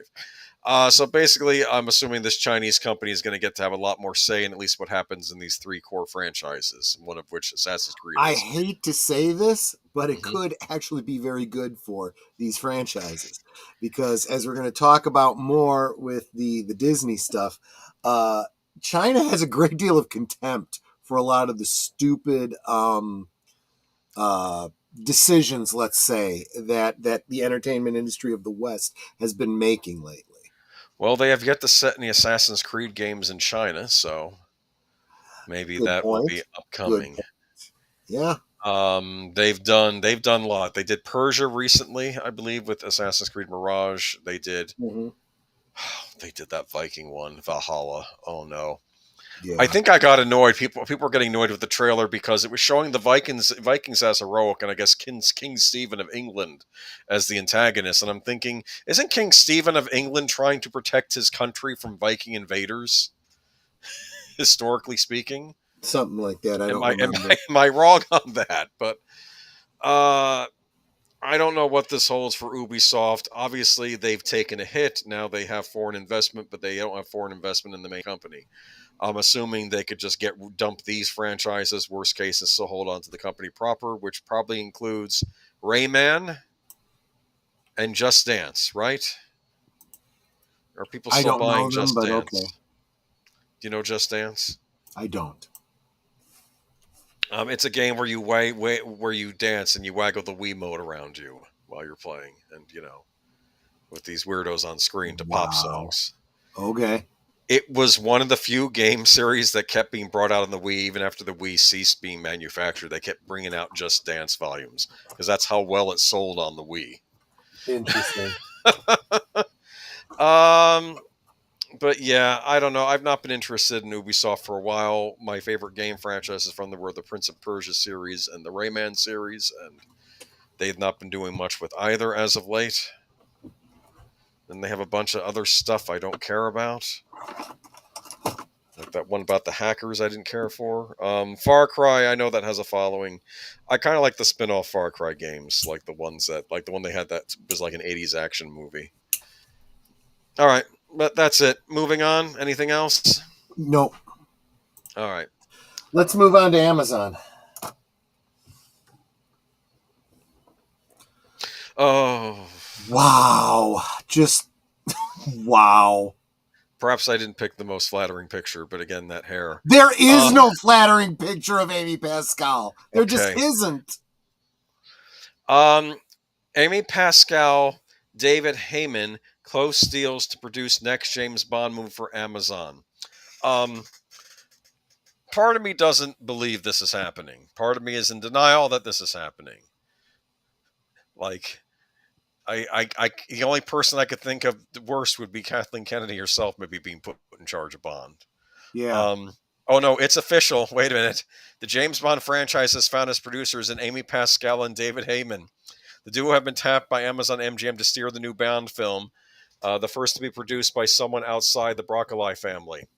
Pascal will produce the film via Pascal Pictures, with Heyman producing via Heyday Films. It wasn't made immediately clear if they would be producing Bond titles beyond the next film. The selection comes after Amazon MGM closed the deal with Barbara Broccoli and Michael G. Wilson, the producers whose family have been producing 007 movies since the 1960s, to take over creative control of the Bond franchise. Can I please get a Joker laugh in the background? We don't have one on tap, do we? That's what I'm hearing in my head right now. This is the worst news. Okay, in today's announcement, Amazon MGM highlighted both Pascal and Heyman's track record in franchise filmmaking. Pascal is behind the Spider-Man franchise, with the Tom Holland-fronted films grossing over $33 billion at the global box office. I heard she was not directly involved with those. I heard she screwed up Amazing Spider-Man royally. She got into arguments with Andrew Garfield. With Heyman shepherded by the Harry Potter franchise, including spin-off series Fantastic Beasts, to commercial highs. No, Fantastic Beasts didn't reach commercial highs. Did it? Am I here? Back. Yes, and I agree. No, you're right. I was going on a rant. You missed it. I was just no. I was listening to it. I wasn't near the computer to I'm not happy about this. This is the worst news. These are the worst people they could put in charge of this. We actually did touch on this last week, but you're absolutely right. I don't care who they get to direct it. They're not going to get Nolan at this point. He's going to steer clear of this. Part of an elite group of producers who have developed and managed massive film franchises to box office successes. No, she didn't. She ran Spider-Man into the ground. That's why they ended up rebooting with Tom Holland. Don't understand how any of these people that have failure after failure after failure keep getting work. I don't understand it at all. It's over. Bond was already dead. I don't know why they are letting her defile the body. Yeah, basically. I don't get it. I don't get it. This is not. I'm just shocked because I figured they pick a flunky, but this is someone with a proven track record of failure, and they put her in charge. This is like getting a Kathleen Kennedy in there. It really is. There's really no doubt about it. And we might have had hopeful news based on what we're going to be reading next, but this is a great point. I don't understand why they keep. I don't understand why they keep getting these. Why these people keep failing and keep getting jobs, because the people hiring them do as they are told. Yes, forgetting that the heads of these studios are not the ones that are really calling the shots. If we want to get really. But yes, you're absolutely right. By bringing up Culture Casino, I did want to say he did a great little commentary on this. And I was in denial when he was talking. I'm like, this ain't happening. This is not happening. Check this out. Check this. Yeah, check this out when you get a chance. Give him a thumbs up. Maybe drop a comment and say the Geeky Geezers sent you over. If you haven't seen this video previously. She was front and center during those Sony leaks that happened. Remember that whole thing when yes. And she said some rather nasty comments, especially as a sitting president of African American. When did Sylvester Stallone get a perm? Kind of looks like that, right? And to the best of my knowledge, she's a biological woman. I just wow. No, I think she looks like she was generated by Unreal Engine or something like that, you know, using the modern take on women in games. Maybe this will be the olive oil we'll see in that new Popeye slasher movie, right? I'm kidding. I'm just. Yeah, I don't get it. Yeah, but check out Culture Casino. Let me bring up the link. Hold on. Did we already post it? I did post it. Okay, all right, good. Yeah, okay, there we go. Yeah, so check him out. He's good people, and he has some very insightful commentary on this. You have to understand that I was not hopeful that anything good was going to happen with James Bond, especially after that last Craig movie. But then I heard rumors thinking, well, maybe they'll try to get Nolan, and Nolan will set it in the 60s. And Nolan had enough way that he'll at least do things his way, whether you like his way or not. It might at least be a vision for the movie. And then I find out this. So I can tell you right now, they're not going to get Nolan. If Pascal's involved, forget it. He's not coming on board. Because he needs he needs to be able to do what he wants. And she's going to interfere. She will interfere every step of the way. And this will be as bad, if not worse, than what Barbara Broccoli was doing toward the end of the Craig era. This may make the worst of the Craig era look good by comparison to what we're going to get. But what do I know? Yeah, they had Blofeld with a bad week in Night Before Forever. The guys are really, Pit Snipe Husker says. Now, come on, let's not be unkind here. When did Robin Williams arise from the dead and get the surgery? Okay, anyway, says it's Blofeld in a bad wig. I don't understand why she's been hired again. I thought her career was over, and there's got to be. There's got to be back from the dead again. I would be shocked if it doesn't have something to do with some Soros dollars somewhere. But it's Amazon. I thought Amazon had money to burn. That's why they keep getting involved with all this. Of course, maybe they did, and they had to pay an extra $1 billion for the Bond franchise. I don't know. We'll see. We'll see what happens with all this. But my gosh. But they should do Weekend at Bernie's meets Bond. Have Jason Statham in it or something. Potentially, though, maybe Amazon is trying to, on a larger scale, right the ship. Jennifer Salke out at Amazon Studios. Let me go to that. Hold on. Sorry, hold on. There. Let me get there. Let me get the picture. Jennifer Salke is out. I'm rather shocked by this, actually. I'm not saying it's a bad thing. I'm saying hooray, good thing. Jennifer Salke, the longtime head of Amazon MGM Studios, is stepping down from a role in a major executive shakeup that raises more questions than it answers. While Amazon is publicly framing the move as voluntary, the elimination of Salke's position and the redistribution of her duties suggests a quiet restructuring, one that may be tied to the costly and controversial failures under her leadership, most notably The Lord of the Rings of Power. The announcement came via an internal memo from Prime Video and Amazon MGM Studios chief Mike Hopkins, who wrote to staff that Salke has decided that her next challenge and chapter will be on the production side. Her new production company, unnamed for now, will remain connected to Amazon through an overall first-look deal for both film and TV. However, Amazon made clear it will not be replacing Salke. Instead, the company is restructuring the studio under a flatter management model. Courtney Valenti, head of film, and Vernon Sanders, head of television, will reportedly direct to Hopkins, while marketing chief Sue Kroll will continue in her role. They're getting rid of the position, basically. We've decided to flatten our leadership structure a bit and not fill the heads of studio roles, Hopkins wrote, in line with Amazon's recent work to streamline reported lines and accelerate decision-making. We felt this was the best direction for our studio. Amazon had some of the worst content guidelines for their shows. Remember, I'd read them on this channel a while back. I didn't know how anyone could write anything creatively with these guidelines, but this statement comes at a time when Amazon Studios is still dealing with the ripple effects of its high-stake billion-dollar investment in The Rings of Power, the most expensive television series ever produced. This means that the show failed enough that Amazon got hurt by it. And I thought that Amazon couldn't get hurt. I would say the most expensive flop, but yes, exactly right. Originally touted as Amazon's flagship franchise to rival Game of Thrones, the series has experienced a dramatic decline in viewership and fan engagement. That was by the previous head of Amazon Studios. He was trying to get fantasy series on there. He was also going to do a Conan series, but that never came to fruition. Look, I'm going to say about all Salke canceled that. And this is true of anything. If you want to get in on a particular genre, understand the genre. And if you are getting into a specific franchise, you better understand the fans of that franchise. Well, here's what it was. The previous head of the studios, he was just like a normal Hollywood guy from back in the day. He ended up getting Me Too'd for reasons real or not real. I don't know the full details around it. And Salke steps in. The Conan series gets canceled. Keep in mind, the Conan series was going to be independently made. That production company that they talked to the guys from Midnight's Edge talked to, they're the ones who were making the Conan series. And the idea is they'll make the series and then they'll shop it to a buyer. I know they're still working on it, and they're trying to also get a Solomon Kane series off the ground.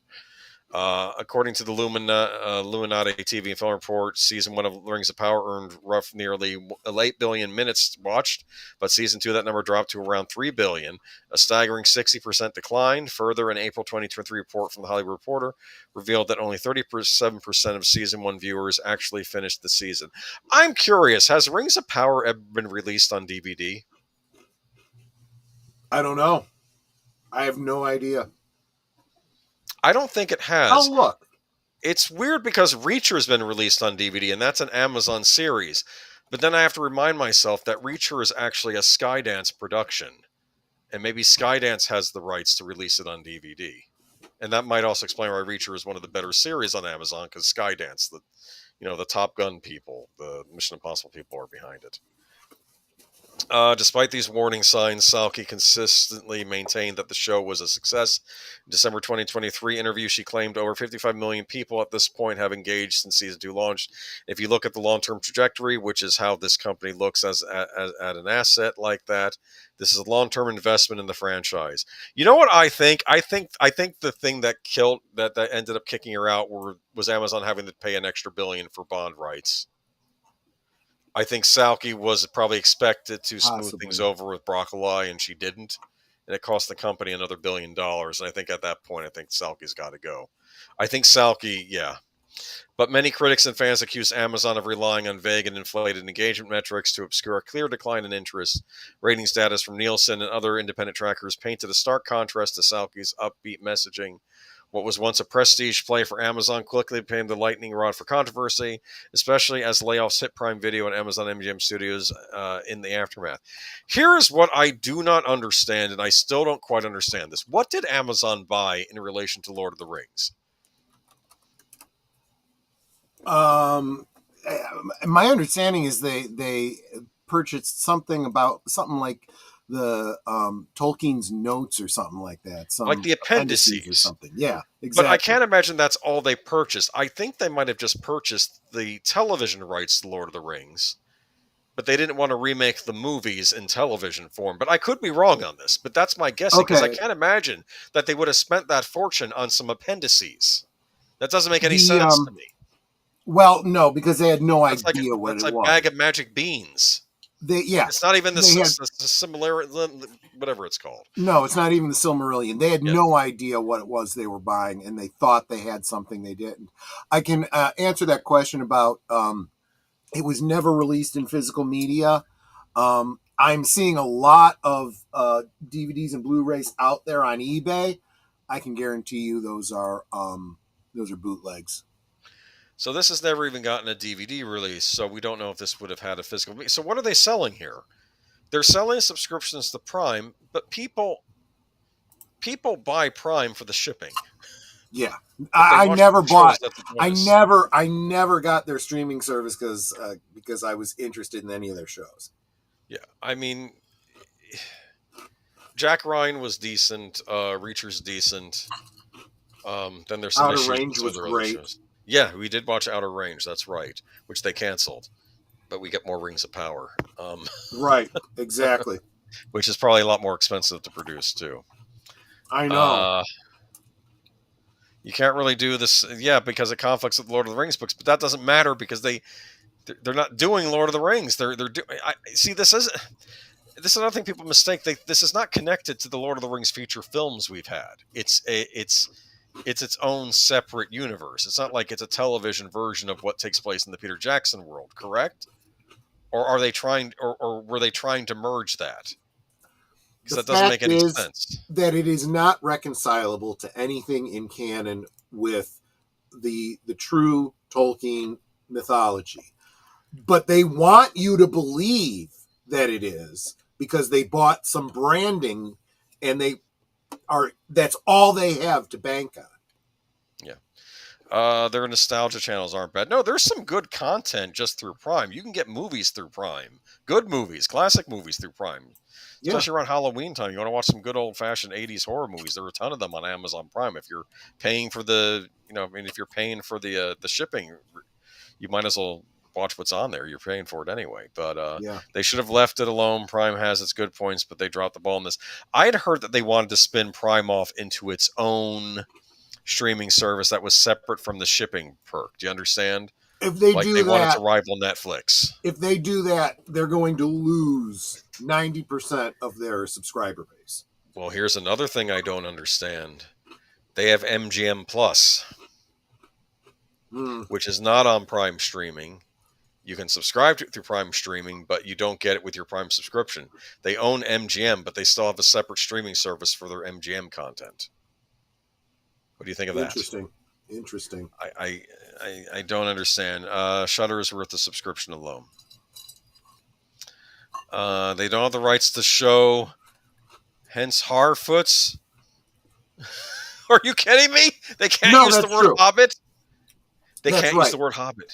Absolutely right. That is right. Well, it sounds like that's as bad as Universal buying the rights to The Exorcist. Probably thinking that now they can make all the Exorcist movies they want, not realizing anybody else can too, because, for many religions, exorcism is an actual thing.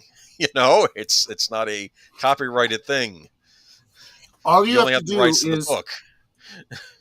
Do an IMDb search, or wherever you search for movie titles. Look up Exorcist and look up Amityville Horror. Amityville has hundreds of movies out there that are absolutely in no way tied to the official film series and book series, except Amityville in Space. I'm joking. Right, exactly. See, that's my point, exactly. And remember, I made the same joke is true with Exorcist. There's so many Exorcists. They have the Pope's Exorcist with Russell Crowe doing a bad Italian accent. Why do they do this? Stop when you have a movie taking place in Italy. Don't have people speaking English with bad Italian accents. Just have them speaking regular English or have them speaking Italian. What they should do is they should reach out to the Metatron and ask him to be their the linguistic expert and coach people that are going to be in these movies. Did Metatron ever do House of Gucci? Granted, that's more recent Italian history, but I'd be interested. I actually don't know. I'll have to look into that. Yeah, I'll have to see. It's usually Gucci, not his kind of area of history, but I'll look into it. That was another Ridley Scott movie that was a disaster. It's an almost so bad it's good movie.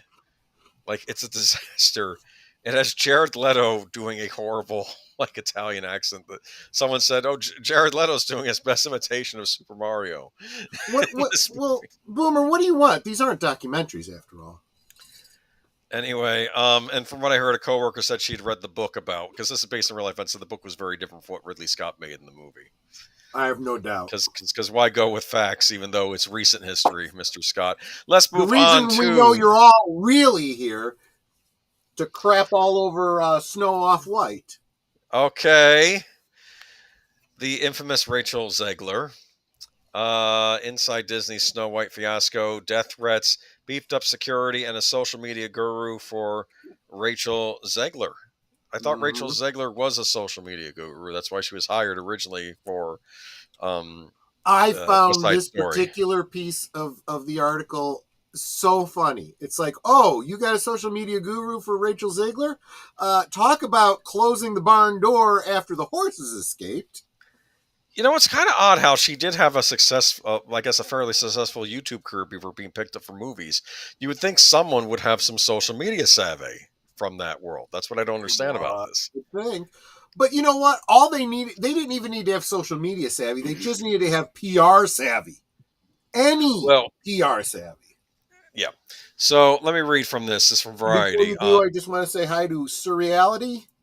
Saying hello, Netter, Troy, Boomer, Connie. Lovely to catch up with all of y'all. Thanks so much for being here, Surreality. Welcome. So on August 12th, 2024, 3 days after Rachel Zegler hit the stage at Disney's D23 fan event to introduce the first official trailer of Snow White, she thanks supporters effusively on an X post for driving the teaser to 120 million views in 24 hours. 1 minute later, she added an afterthought in the same thread, and always remember, free Palestine. Mm-hmm. That addendum, which amassed 8.8 million views, nearly 4 times the number for the initial post, quickly made the rounds, with many inside the studio expressing shock that the Snow White star would commingle the promotion of its $270 million tentpole with any kind of political statement.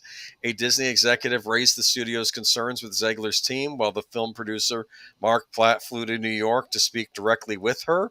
but the actress, whose relationship with the studio began to unravel in 2022 during a contentious West Side Story award season campaign and continued as she trashed the beloved original Snow White, stood her ground, and the post remained.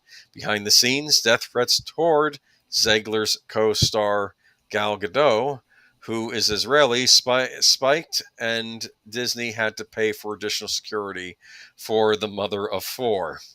She didn't understand the repercussions of her actions as far as what that meant for the film, for Gal, for anyone, says one insider. You would think she would know what nationality her co-star was. That's my own opinion. I'm inserting it there. In fairness, she's looking at the examples of all the people that have done stupid stuff like this that worked for The Acolyte. We'll get into that later on. Just every other franchise that's been crapping all over, people of certain opinions, backgrounds, so she's literally grown up in a culture that has said this is the way to go, and now she's realizing, well, wait, actually maybe not. I do want to back up and look at what Darth Plato is saying. People don't critique this movie. Well, Ziegler is not the problem. Ziegler is the face, the crucible. The problem is the idea of the movie itself. Its iconoclastic nature. Does anybody really believe the movie would be different if someone other than Ziegler was in it? I think not. True. However, you can't ignore all the things we've just said about Rachel Ziegler. All right. All of the promotional stuff, all of her stupidity, all the ire that she has drawn from people that disagreed with her politically, from all of Israel, and from people that love the original Snow White, that don't even care about politics, just care about Snow White. And then you hear somebody saying, the stalking prince, maybe he'll be written out of it. Who needs him? That doesn't only upset, people of a more conservative bent. It pisses off everybody who ever loved Snow White. Yeah, generations of people. Think of all the princes out there going, what do you mean I can't be with my princess? Yeah, exactly. Let's look back at other Disney live action remakes like The Little Mermaid, which had the controversy over the race swap casting, but to her credit, the actress never attacked the audience, never attacked the fans. She was professional. We had and of course these Lion King remakes, which I'm not saying that these films would have been better films if Rachel Ziegler showed up. It would have still been the same film. It would have been. It would have done more money. Probably would have gone to see it. More people would have been going to see it, and then, making judgments based on that. But they would have gone to see it, and then they would have thought about it a few weeks later and said that wasn't good. But then, and you could also argue that, and I've heard many people argue that she was just, saying things that the Disney higher ups had told her to say. No. That may or may not be the case. No. The result is this movie sucked. Nobody went to see it. They lost over $300 million. We'll talk about that on this movie. And she has she's the perfect scapegoat. So Disney's totally throwing her under the bus now. And I have no sympathy for her. Well, I will say this. It wasn't just her is the reason this movie did well. I think Peter Dinklage has a lot of responsibility. Peter Dinklage, everybody involved in the writing, the directing, the ridiculous rewrites. I mean, it was bad enough. We have talked about the test audiences that said that it was terrible. So they went back and filmed pickups and stuff like that, and now some of the reviews I'm hearing, it's like watching 2 or 3 movies squashed together, and that's not any better than the probably the original movie that people hated. It's like this is a clusterfuck all around. There's plenty of blame to go around. This this movie is, I think, Disney's Bud Light moment. It really is. I hope so. They need to learn. I think 3 they months. are. 3 months later, following the presidential elections, Ziegler posted "F Donald Trump" and "May Trump supporters never know peace" on Instagram. Disney had enough, given that the star was signaling half the potential audience of an already troubled film plagued with costly reshoots to stay home. Platt made the case again to Ziegler after a back and forth. She began working with a social media guru paid for by Disney to vet any posts before the film's March 21st bow. I'm sorry, you need to grow up. You don't need a social media guru to know to shut your mouth. Don't be political. I know. I work in a public sphere at my job, and I do not get political with people going in. Okay, I am politically neutral because I work for a government facility. Right. And it's the same thing when you're working for a business. You're not supposed to get into arguments with people that are your customers. Right. Disney declined comment. Ziegler did not respond to a request for comment. Now that the film's dismal opening weekend, 87 million worldwide, is in the rearview mirror, that's terrible. Burbank Brass reevaluated what went wrong. To put it, Snow White's global box office haul into perspective, it's about 34 million. This was a disaster. It goes into a bit more of her history. Real quick, but I think this would be a good transition over to the next article. Welcome, Zach. Yeah, clusterfuck, because I'm just doing what I can to maintain my monetization over here, and I'm. It's not Friday, so I'm not drinking the adult beverages. I just finished the lemonade. This is a family show, people. Well, in theory, it's meant to be a family. Unless you get me started talking about Katie Manning again. But anyway. Well, yeah, there we go. Anyway, moving on. It is the same guru from the toy industry. Oh, interesting. You want to post the next article? I'm going to use the same picture of both. Oh, absolutely. I don't feel like yeah. This is some wild stuff, let me tell you. I the more I've been following these articles, the more I'm like, oh my gosh, this is... You couldn't write a story like this and have it be believable, but here we go. Yeah. So, Snow White crashes 70% in second weekend box office drop. I found that amazing, considering all of the even the most negative prognostications were saying like 65% drop. 70% was like, wow. And it's even worse for something that didn't do well to begin with. You know, if this was, I don't know, a $500 million opening week and it dropped 70%, wow, we're still getting what, about 150, 200 million for your second week? No. Why didn't they use this as a tax write-off? Well, because again, probably because it's just too big a number to take a tax. They just had to release it and take the. They are just trying to minimize their loss as much as possible before putting it on streaming. I know there were reshoots, but I think another reason they kept trying to put off the release was that they were hoping to distance themselves from Rachel's comments, and then she keeps making new comments that are worse. Yeah, and honestly, the whole thing about the lawsuit, if she brings a lawsuit against Disney, watch for Disney to countersue and blame her for everything that happened with this. When I say they're making her a scapegoat, she is really being made a scapegoat. She is going to be the new Gina Carano. Yeah, but that the fans rallied around. This, the fans are as much against her as Disney is. This is going to be an interesting take. So, after months of controversy, inflated budgets, and PR meltdowns, Disney's live-action Snow White looks like it will be knocked off the top of the box office with a devastating financial drop, not by a billion-dollar franchise, not by an Oscar bait drama, but by Jason Statham action flick with a modest budget and a title that sounds like a Home Depot ad. A working man. I know, it really does. An unassuming thriller about a decorated military veteran rescuing a kidnapped girl is tracking to take #1 spot this weekend with a current box office take of $15.2 million as of this writing. We all need to be going out and seeing The Working Man. That's what I'm getting from this. We need to be supporting these movies that the other side hates and just go see them. Yeah.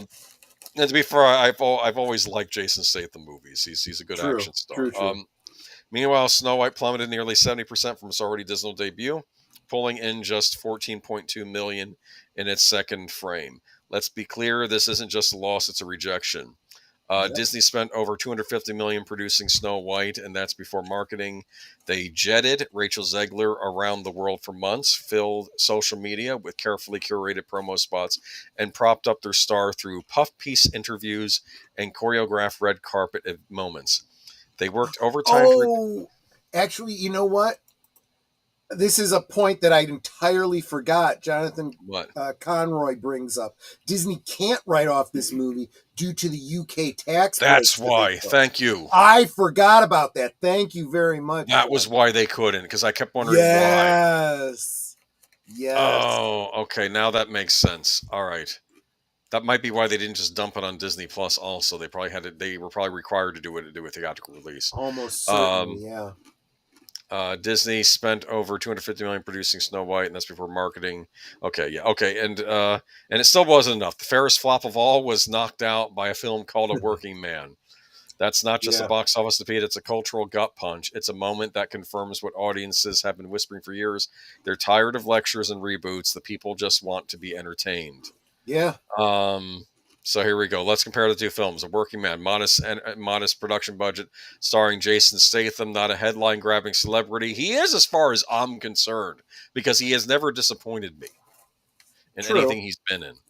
Beekeeper was probably my favorite movie of last year, so let's give credit where credit's due. Released with little fanfare, directed by David Ayer, not exactly a household name, but I've heard his name, haven't I? Patriotic themes of veteran rescuing innocent girl from criminals. Yes, that sounds like a no-brainer. Snow White, $250 million plus budget based on Disney's first ever animated classic, marketed globally for months, progressive modern audience, social justice themes, and yet A Working Man is beating it. That tells you everything you need to know about where the audience trust is right now. No IP, no legacy, no marketing machine, just a simple classic premise that respected its audience and respected itself. And I believe that this is all being told from That Park Place, so we want to give a shout out to him. Absolutely, and I will tag them in the clip when I put that out. But Snow White, but yeah, it's a literal disaster, and it opened with $45 million, already far below Disney's expectations. But a nearly 70% drop from the base is brutal. It's worse than 53% of the industry was bracing for, and it officially puts Snow White on track to struggle to reach $100 million domestically. That's a disaster. Especially for a film that cost Disney more than $250 million to make, and it still needs to claw back hundreds of millions just before it breaks even because of all those reshoots. Yep. We keep forgetting there were added costs to this too. So good when on they Jason say what their budget is, that does not take into account any other overruns. Yeah. So there we go. All right. And it's a good Jason Statham movie, Blitz. I recommend Blitz if anyone hasn't seen that. Okay, I'll look into that. So here's the thing: we have these companies that pat themselves on the back for being so inclusive, and turning around and offending people. We were just talking about Ubisoft and how they set a game in Japan and then turn around and completely offend all of Japan, their culture and their history. Good job on you, Ubisoft. Well, it looks to me like Disney is doing exactly the same thing now, because they have decided that to be as unoffensive as possible, we're going to completely discriminate against a whole group of potential actors, and those actors are not too happy, and they're bringing a lawsuit. The Little People stars of Snow White are planning a class action lawsuit against Disney for replacing them with cartoons. A top U.S. lawyer has been appointed and expected to file a claim against the studio alleging discrimination. It is the latest headache for the company, with over $250 million live action remake of the classic 1937 cartoon. That's the UK pounds, by the way. Last year, it was revealed that the Little People actors were planning to rally outside Disney Studios in California to protest its use of computer animation to portray the dwarfs. Actress Ali Chapman, 50, who is 3 foot 8 inches tall, said 7 talented Little People actors could have played those roles in the live action remake and yet chose to use cartoons. It's an insult and discriminatory. Last month, a class action lawsuit was filed against Disney, accusing it of discriminating against visitors with disabilities at its theme parks. Well, yeah, we knew about that. We covered that. It claims it has introduced rules on passes that require them to disclose medical information where other staff and guests could overhear. Disney denied the allegation. We are committed to providing a great experience for all, especially our guests with disabilities. The new Snow White film has already been hit by controversy. Rachel Zegler, who plays Snow White, described Prince Charming as a guy who literally stalks her. While Ms. Zegler and Gal Gadot, who plays the evil queen, have allegedly clashed over the war in Gaza. Gadot served with the Israeli Defense Forces, while Ms. Zegler made pro-Palestine statements. The song from the original movie, Someday My Prince Will Come, has been ditched in favor of a tune titled Waiting on a Wish. How do you get rid of... Wait a minute. Hold the phone. Someday My Prince Will Come. That is an iconic Snow White, iconic Disney song. But it's not a message that they wanted in their movie. You think of the Magic Kingdom, you think of Someday My Prince Will Come. Remember a while back when they had on the ride, I think they had on one of the Snow White rides about the prince was kissing Snow White, and how someone was saying that's a violation, and all that, and just mothers complain. It's just, this is... the film made around $60 million at the U.S. box office when it was released last week, and is expected to rake in about $45 million this weekend. I don't know if it did that much. Disney scaled back premieres after critics dubbed it exhaustingly awful. The Daily Mail's Brian Vinner gave it 2 out of 5 stars, saying it was a painfully muddle-headed affair and a pale reimagining. Yeah. I bet that Kristen Kruak made-for-TV Snow White miniseries was 100 times better than this movie. What do you think? I bet there's plenty of Snow White versions that were better. Wasn't there one Snow White and the Huntsman that was done with... who was in it? Was it... Did I get rid of the studio? The thing? The what? The layer. I don't see it anymore. The PDF.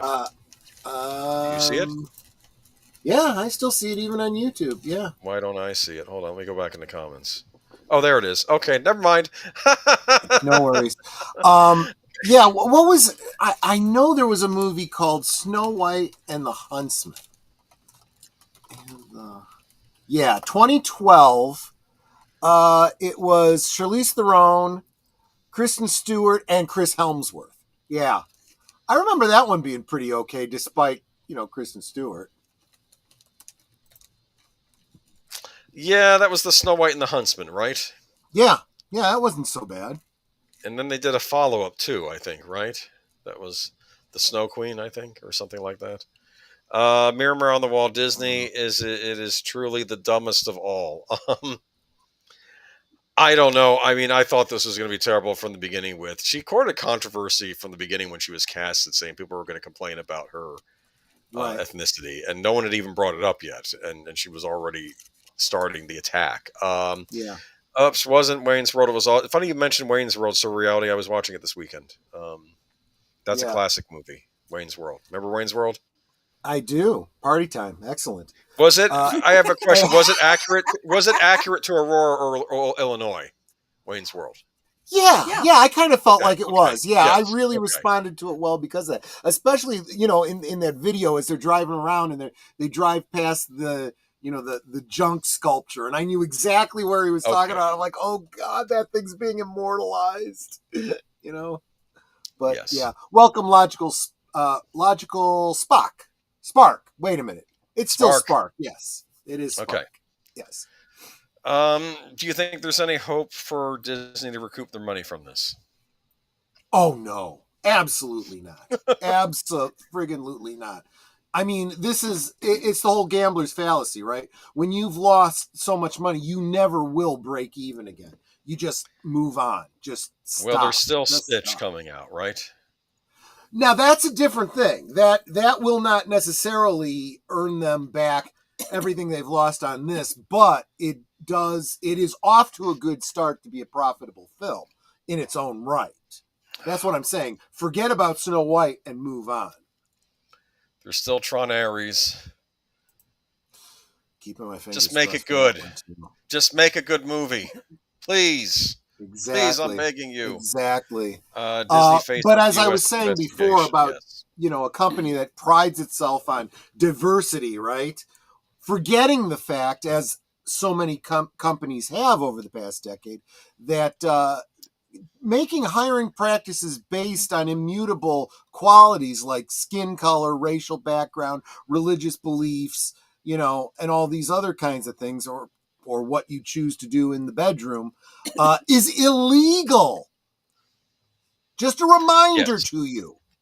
There's Disney a reason that those things are illegal, because it's racist. It's all kinds of istanphobists. Yes. Disney faces United States investigation over DEI practices. The U.S. government agency that regulates television says it is opening an investigation of Disney's diversity and inclusion practices, and the latest sign of pressure being applied to media firms. Federal Communication Commission FCC Chairman Brendan Carr sent the letter to Disney on Friday, notifying the firm and its ABC News unit of the plan. He said the move has been prompted by concerns that the company was promoting diversity in a manner that does not comply with government regulation. A spokesperson for Disney said the company is reviewing the letter. We look forward to engaging with the commission to answer its questions, a Disney spokesperson said in the statement. The FCC's investigation to Disney also comes amid a wider crackdown of DEI practices by the Trump administration, which impacts felt beyond the United States. French companies with U.S. government contracts received a letter from the American Embassy in France this week asking them to sign and comply with Trump's executive order banning DEI programs.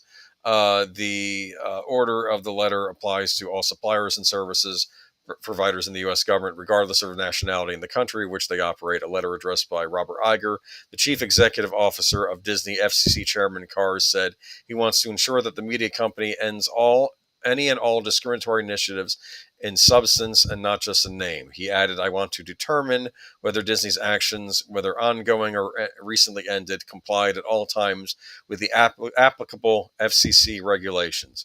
Do you think they complied with FCC regulations? I suspect not. But then again, the previous administration was, of course, completely ignoring the enforcement of anything related to that. That has very much changed under the new administration. Yes. So, and now we also have some Star Wars information coming up now, right?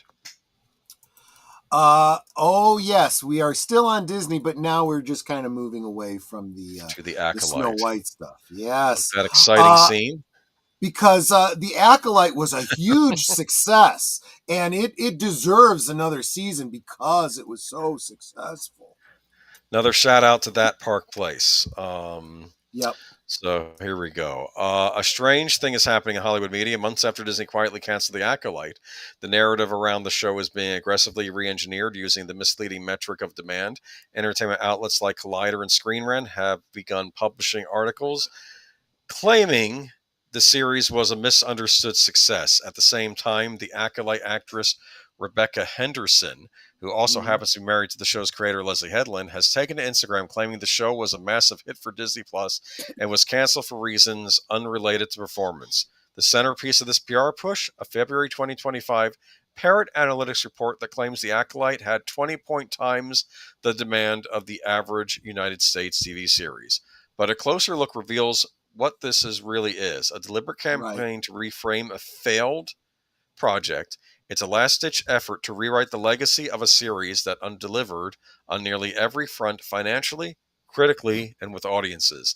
Let's examine what the media isn't telling you about this misleading demand metric as it pertains to The Acolyte.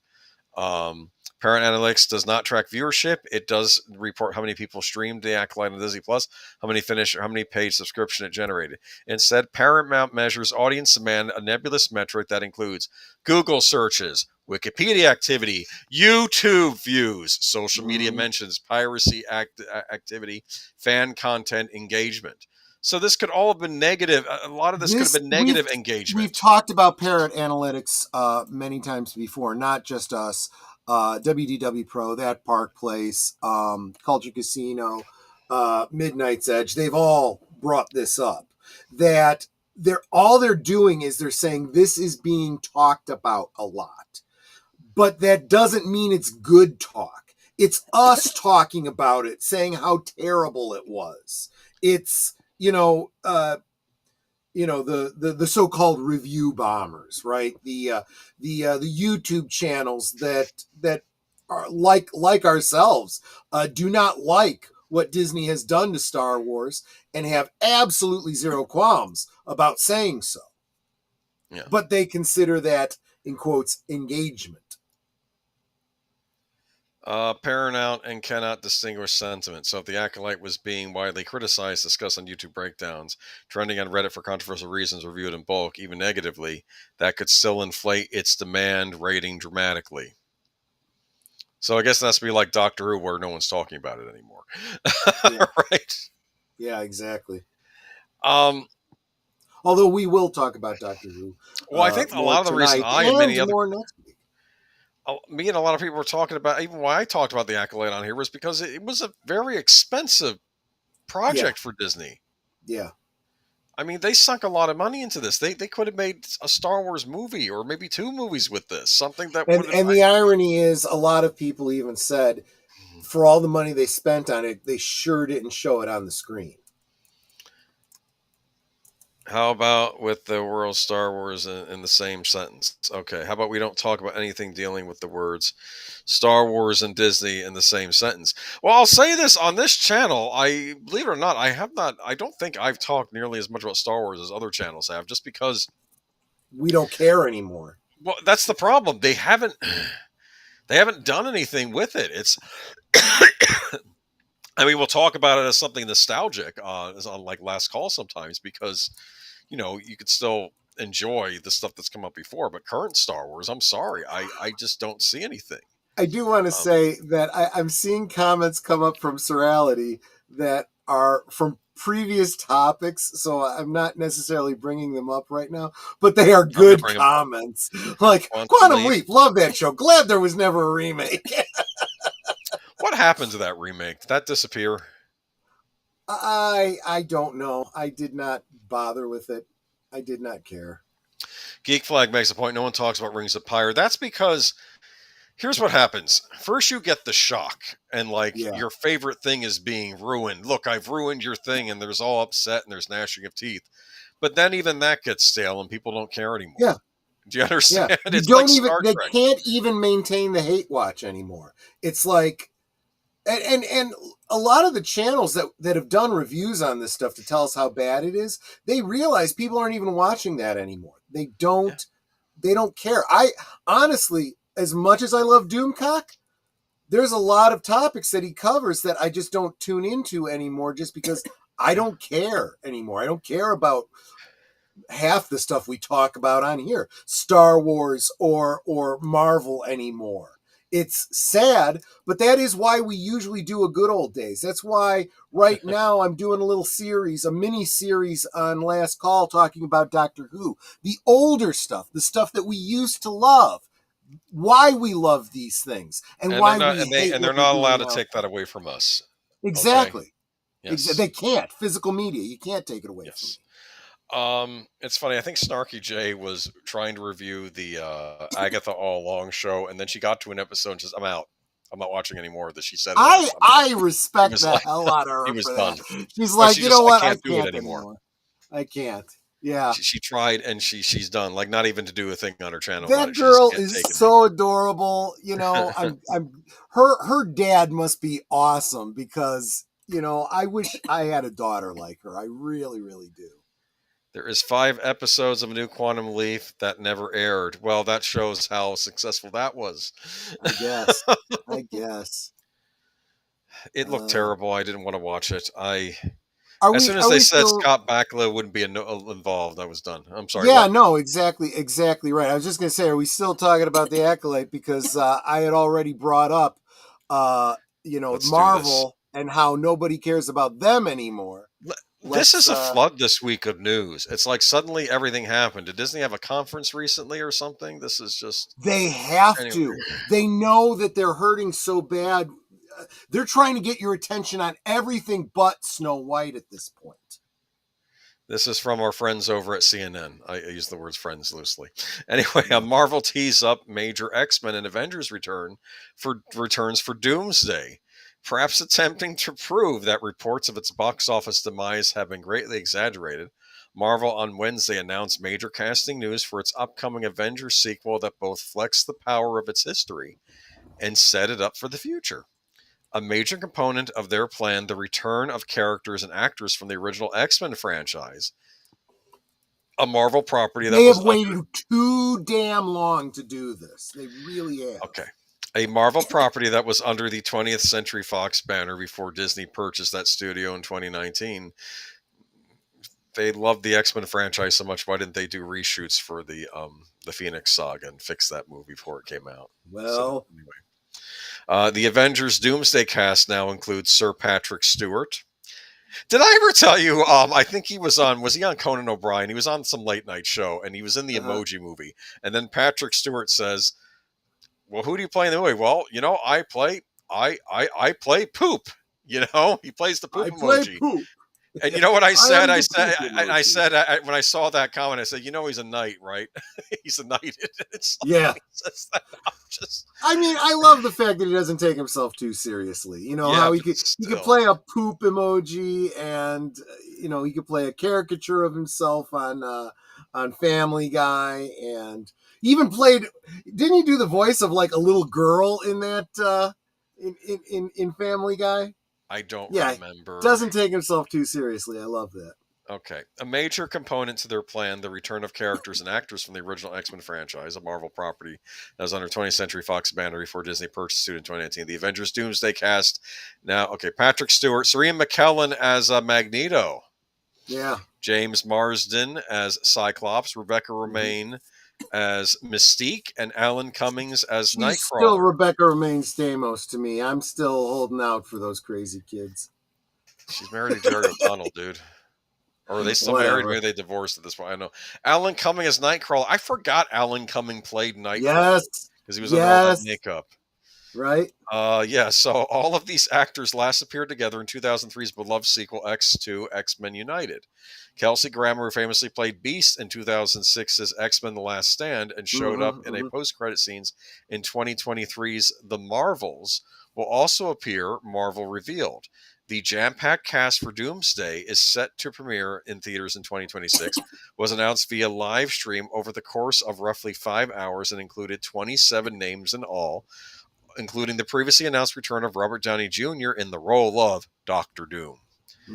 Joining the ex-alums are Marvel Cinematic Universe mainstays Chris Hemsworth, who has played Thor since 2011, Anthony Mackie as Captain America, Sebastian Stan as the Winter Soldier, Paul Rudd as Ant-Man, and Simu Liu, who played Shang-Chi in his 2021 standalone film. They're literally bringing back a bunch of stunt castings with the X-Men and all the people that everyone already rejected. That's just friggin' brilliant. We're not done. Just brilliant. Oh, no, you're not done yet. Because there's also a lot of people that will be coming back that aren't even mentioned in this article that are friggin' gonna be there.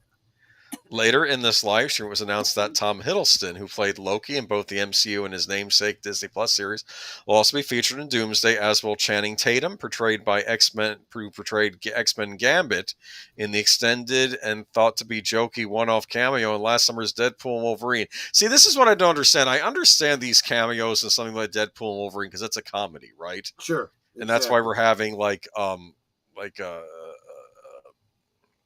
Chris Not Chris Hemsworth, the other one, the other Chris, Captain America actor playing Johnny Storm, you know, and okay, but Wyatt Russell as U.S. agent, David Harbour as Red Guardian. So these are the you also have to remember that between now and then we're also getting the Thunderbolts, which is also going to bomb spectacularly.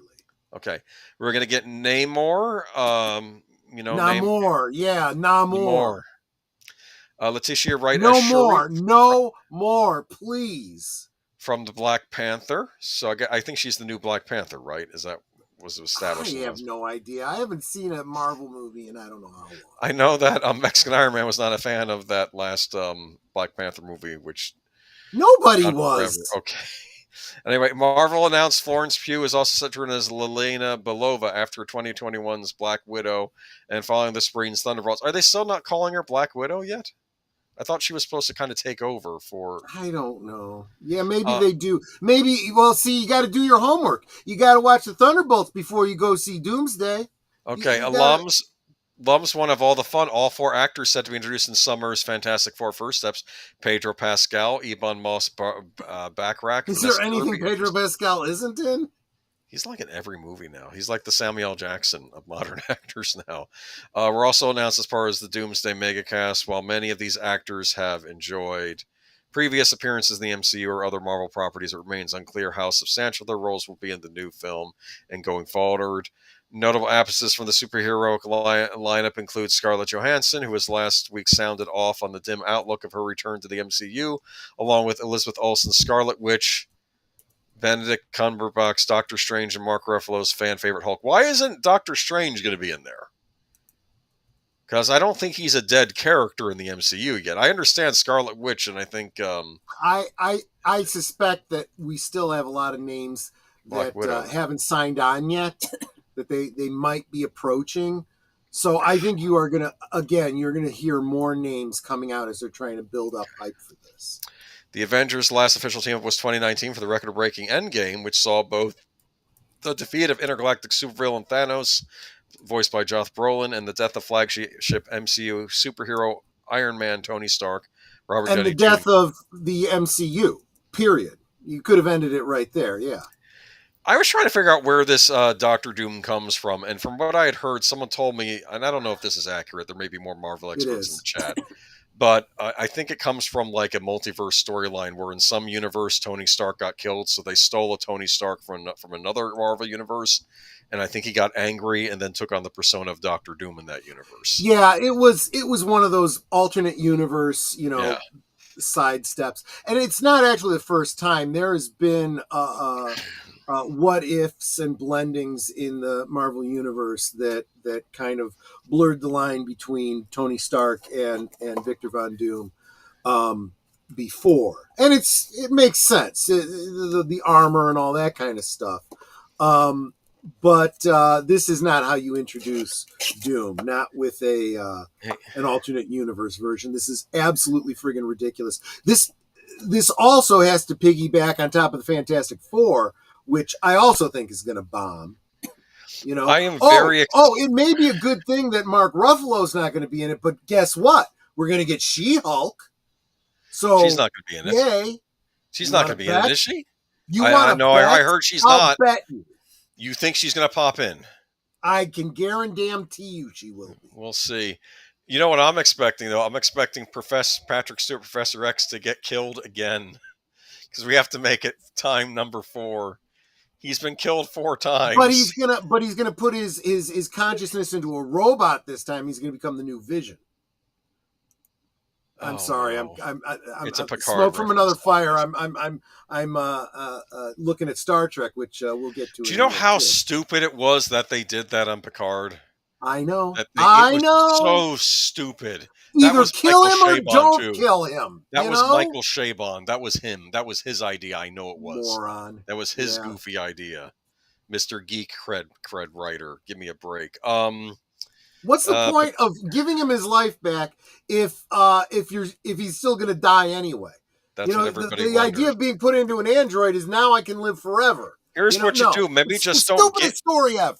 Don't give him this stupid disease that's going to kill him to begin with. Just don't do that. Right. Just have him go off on his thing, and then we'll see if he can survive or not. It's just so dumb. Timey-wimey-limey is absolutely right. That's not even a joke. Picard is a replicant now. You're absolutely right. Let's save the Star Trek talk, though, because we'll get to Star Trek in just a moment. This is the never-ending stream. But I just, he's going to get killed for a fourth time. Probably. Because it upsets people when Professor X gets killed. That's why they keep doing it. Anyway, let's move on. We got batter fish to fry, as Chris. Okay, so I guess that is the transition. So speaking of Star Trek, Section 31 star Rob Kaczynski says Alex Kurtzman told him Star Trek is dying. Yes. No. Yes, it is. No, that can't be true. I've had people argue in my comments about this. Not only did we already know this, but now we have confirmation that Alex Kurtzman knows it. And yeah, exactly. And I would go as far as to say that Alex Kurtzman is actually behind on this. Star Trek is dead, and he doesn't even realize it yet. Star Trek has been in a bad state for several years, and Section 31 star Robert Kaczynski stated that Alex Kurtzman told him point blank Star Trek is dying. Star Trek fans have had a rough time over the last several years starting. Why are they having a rough time? They have so many Star Trek series to choose from. Yeah, you'd think they'd be happy, right? We're getting a Starfleet Academy series soon. Oh, God. That's still happening, apparently. Apparently. That needs to be canceled. As long as... Look, and we've talked about this on previous streams. This whole Skydance thing looks like it's been completely torpedoed. And this isn't going to happen. As long as CBS is being investigated by the FCC, there is not going to be any sale. So there is nothing that's going to save Star Trek at this point. Well, no, basically, what's basically going to happen, we may still get more greenlit Star Trek series, like we have Star Trek Strange New Worlds, which I know they're filming season 4. I figured it would have to get at least 5 seasons. You actually make a great point there. They have a vested interest in being as unprofitable as possible so they don't get sold off. But I kept thinking, okay, they'll give Strange New Worlds 5 seasons. Like they did with Discovery, and then they'll take a break. But then I found out, no, they're doing Starfleet Academy. So whenever they get to the end of one series, they greenlight one or two new shows just to go. They don't stop. Reality, hold on, we're getting a Doctor Who right after this one. Star Trek has been okay. So Trek fans have had a rough time with the last several years, starting with Alex Kurtzman's Star Trek Discovery, followed by a pile of shows that didn't feel like Trek whatsoever. The shows are mired with identity politics and bad story choices that have left fans baffled as to why they're being made. Shout out to Fandom Pulse. That's where we got this from. Robert Kaczynski, who has been very candid before Section 31 aired that it wasn't what the Trek people wanted, and he has reiterated that in a recent interview with Trek Culture. I said it in the press tour that the Star Trek people want that the Star Trek people want is 1,000 more episodes of TNG. We ain't giving them that. The expectation that people have is then are also saying, I've seen a lot of people saying a line that this is the first movie we've had since Star Trek Beyond, and it's not even a shadow of that. Well, it's not going to be like that, he continued. First off, that was a $200 million movie that had an unlimited runtime. It could have been as long as they wanted. We had, essentially 2 episodes of Strange New Worlds budget to make an entire movie starring Michelle Yeoh, and it had to be limited to 95 minutes and 95 seconds, not a second longer. It's an unfair comparison. He then reacted to reviews of Section 31 saying, I knew that people would have an extreme reaction to it when it came out. Am I disappointed at the cruelty? Yes, because we are meant to be better than that in the Star Trek fandom. We are not Star Wars. We're meant to be kinder. We're not meant to be online trying to hurt people's feelings. What world are you living in? There is no more. I'm gonna be blunt. No more obsessive fan base than Star Trek. It became a thing. The Trekkers, yelling about inconsistencies on old Trek, and there was an SNL skit with William Shatner about it. Remember that? Yes. They have been very particular. They're kinder than Star Wars fans. What planet are you living on? I know. He reiterated his disdain for online criticism, saying, I'm a firm believer that if you love Star Trek, you must be a good person. And if you're a good person, you don't do things like that. It is disappointing to see some of that reaction. Of course it is. It is surprising. No. What do you mean? What are they doing? They're saying that the show sucks. Apparently not liking the crap that they're putting out. Yeah. See, you have to understand, this is the silence is violence crowd, right? They believe that if you don't like their destruction of your franchise, that's tantamount to, the brown shirts in the 1930s Germany. Forget about it even disrupting old Star Trek canon. It disrupts its own canon it creates, these new series. It is bad writing all around, period. From an objective point of view.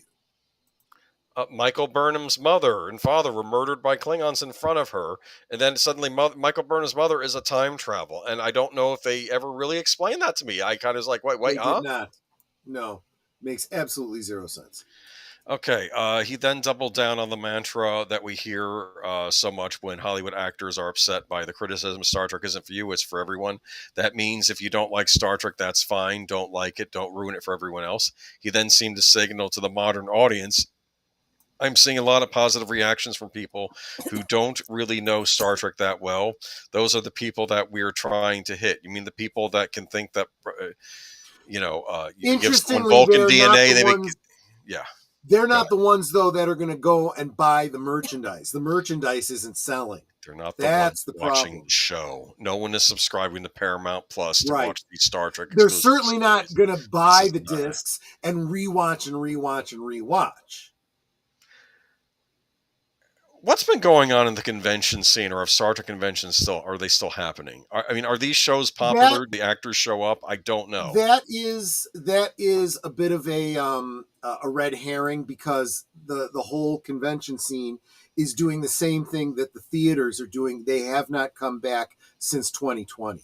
Okay, so we don't even know. There's a lot of people that still aren't going to conventions.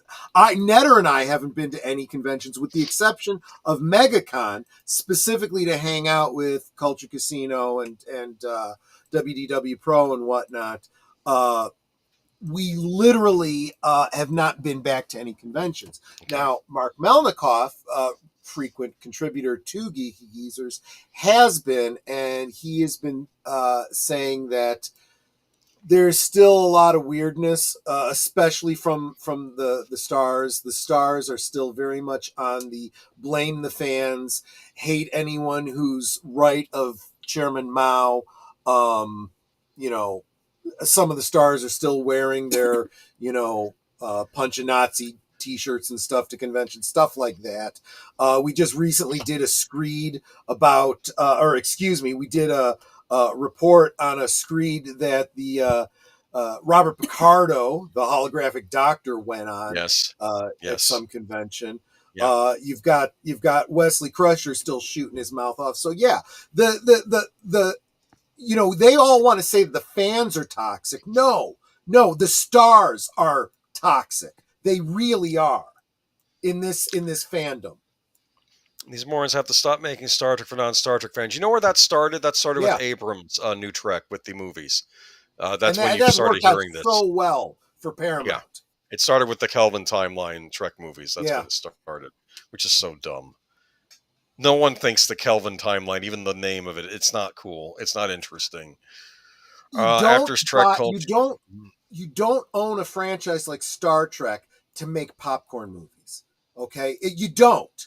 Because people will go opening week, enjoy it. Oh, that was fun. And then never see it again. You have Star Trek because you have rabid fans that come see it. And then they go back the following week with a different group of friends. And then they go back the third week to take notes. And then they buy the DVD and the Blu-ray, and then the special edition Blu-ray with the behind the scenes on it. Yep. They buy the toys, they buy the costumes, they buy the props, they go to conventions and buy more stuff. Those are the fans. That's where the money is. You stupid, stupid people. Listen to this. After Trek Culture's interviewer spoke further on the topic, he started on what he thought of Alex Kurtzman saying, "When I got this job, I was like, why are they doing a Section 31 movie? It's going to be hated from the get-go. No one's going to want to watch a Section 31 movie, and we're doing a TV budget movie. This isn't going to be what people want." Then I spoke to Alex Kurtzman and spoke to Orlando and Zumi director, and they explained to me that Star Trek is dying. I don't know if people know that. I was talking about Star Trek at my gym, he elaborated. None of them knew what Star Trek was. Can you imagine that? I think that they've lost the millennials. I think they've lost Gen Z. I don't know if Star Trek has a following on anyone except Gen X and older. I think they're the only ones that remember it. I could be wrong here. Darth Plato, stop holding back, Troy. Tell us what you really think. You're right. Star Trek's fan base has never been enormous. It's always been a small, dedicated group. He said that dedicated group is aging, and we are going to lose Star Trek if we don't bring in new fans, new eyes, and new ways of getting people to love what we love. Yes, but you don't do that by jettisoning everything that the fans loved. See, you don't do want that by new fans. Right. No, that's exactly right. You've got to understand what it was that people loved about it and quit crapping all over those things. Here's what drove me nuts, though. They did this clip of the new season of Strange New Worlds, and they take some vaccination shot. They take some shot which turns the human characters on the ship into Vulcans, which makes zero sense to me, but whatever. Right. I don't know how that makes scientific sense. You can just switch your DNA and become a Vulcan automatically. But anyway, when they become Vulcan, they all start acting logical. And that's not why Vulcans are logical. That's not how it works. It's not a racial trait. It's a learned trait. It's a cultural trait that they learn. That would be like becoming Chinese somehow magically, and you suddenly are a Buddhist, and you are one with the universe. It was so stupid. Even when I was watching, I'm not a Star Trek expert. Even I know that's not Star Trek lore. So how do the writers not know this? The writers thought it would be a fun little clip to post on at Comic-Con and to get attention for the show that no one's going to watch anyway. Right. But fans are the problem, not the showrunners and writers. Yes, well, that's what they always say, isn't it? All right. Okay, so yeah, let's move on. It's a good article, fan. You can read the rest of it. Let's go on to Doctor Who. This was an article that I originally had intended. Was Netter doing the Star Trek? Was Netter doing the Doctor Who? No, that was Doctor Who. Okay. I meant to say Doctor Who, yeah. So I was going to start out the stream on Friday with this, but I got so excited about my enjoyment of Doctor Who and the things we were going to be talking about. This completely went out of my head. So we're going to cover it here and not sully what is otherwise a good old days on Friday. Well, we can revisit it again on when we get toward the end of our Doctor Who discussions, I'm sure. Right. Russell T Davies implies Doctor Who may be ending at Gadio Pride Awards. The Gadio Pride Awards. Oh, like radio, but Gadio. Okay. Russell T Davies recently won a Gadio Pride Award, and at the ceremony he gave a cryptic response implying there will be no next Doctor for the BBC science fiction show Doctor Who. Doctor Who has been embattled in controversy ever since the return of Russell T Davies as showrunner, adding Ncuti Gatwa before that, but okay, to the role of the Doctor. It was way before that, but we'll get into that later. Doctor and turning the show into one was where it started, really. Well, you could even say the end of Stephen Moffat's era, but by the time Chin Balls came along, it was over. There were problems with that last Capaldi season, and I stopped. I was in the middle of it, and I didn't even finish watching it when I saw the announcement for Jodie Whittaker. And I know you sort of stuck it out a little bit, and then you got really. We'll cover that in the future, though. Yeah, we'll get to that. Yeah. Doctor Who has been embattled in controversy ever since the return of Russell T Davies as a showrunner, adding that Ncuti Gatwa to the role of the Doctor and turning the show into one giant lecture on the LGBTQ plus agenda since his return. Ratings on the 60th anniversary specials were already the lowest on record for Doctor Who specials, with viewership at 5.8 million, 4.83 million, and the final special The Giggle only receiving $4.62 million. With a new doctor in Nagudi Gatwa, the Christmas special that followed these, The Church on Ruby Road, saw a small uptick to $4.7 million for its ratings, but the audience quickly tuned out as each of the new season 1 episodes, as they branded this new Disney Plus iteration, received many of the lowest ratings in Doctor Who history. The lowest came with episode 7 of the 8-episode season, The Legend of Ruby Sunday, costing a dismal $2.5 million. For the overall ratings, the finale saw a small uptick again, but the trend is clear that they're just not interested in this show. Now, the new Christmas special, Joy of the World, is reported to have the lowest overnight ratings. That was the one they had on. They did have a Christmas special this year, didn't they? Yeah, I think. Is that the one where they had goblins eating babies or something like that? No, that was the prior one. They did another one this year where he was trying to give a ham sandwich away or something. With such atrocious numbers, the BBC stated they were waiting until season 2's numbers came in to make any moves on Doctor Who being renewed or not, despite rumors that Nagudi Gatwa would be exiting the end of season 2, persisting that he was allegedly not happy with how the show was received. I don't think the show has no one been that received. Watched the show was either. But I don't think the show has been received. That's the point. I think even from the get-go, no one's been watching this. I don't know if you made it for an audience that doesn't exist, you idiots. I don't know if it got an uptick when Tennant returned. And apparently the Tennant Doctor now still exists because he just split off in half, which made no sense to me, but who cares? Yeah, that was actually the biggest screw-up ever. Surreality, definitely join us on Friday. The entire stream on Friday is going to be about the Tom Baker era. Yeah, we're going to do Tom Baker on Friday. Yes, absolutely. But what was it? What was I saying about everyone was excited when they heard that Tennant was coming back, but then the way they brought him back, and then everything that Tennant has done since then has totally turned the fans away from him. It's taken his wonderful run as the Doctor and made people not even want to associate with that anymore either. It's destroyed his legacy.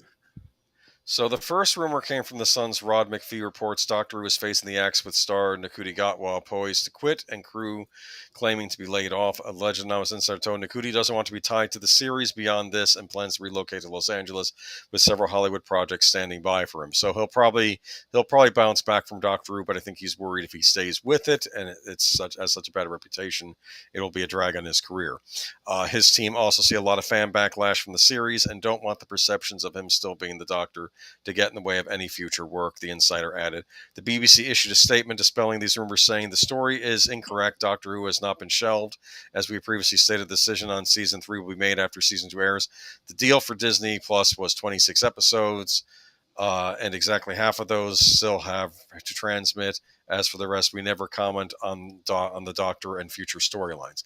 So I have a question, though. This means Disney would have to commit again to more seasons. And they can't even afford to, not after the losses they're going to take on Snow White.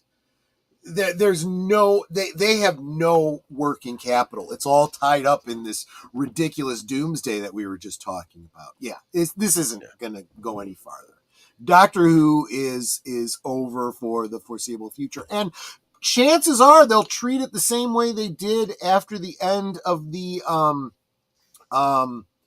what's it called? Who was the seventh Doctor? Sylvester McCoy. After Sylvester McCoy, they never actually canceled it. They just put it on hiatus and did not renew it. The same thing's going to happen with this. It was canceled. It's effectively canceled, but they're never going to announce it as canceled. They will just say it's on hiatus for they're going to put it on hiatus. Yeah. No, it's a mess. How are they going to fix this? They're going to get Nagudi Gatwa to come back to do a regeneration scene? There are rumors that I've heard, and I cannot confirm this, but I have heard that he has already filmed his regeneration scene. That's probably something smart they do with the actors. Film a regeneration and I would assume that means that they could insert anyone they want to as the next Doctor if they choose to continue. It's over. It's been over since The Timeless Child. That was really the death nail. So, Darth Plato, I hope you stick with us on Friday nights for the continuing Doctor Who discussion. We're going to talk Fourth Doctor this week. Then we'll get into everyone Later through Doctors. Sylvester McCoy. We will eventually get into the future Doctors. And I will talk about this. We do need Eighth Doctor stories. They really should go back and do that. It wouldn't be a bad idea to do what is the equivalent of prequel stories. It killed me because Paul McGann did that short Children in Need or whatever it was, like little short before the time Night of the before Doctor.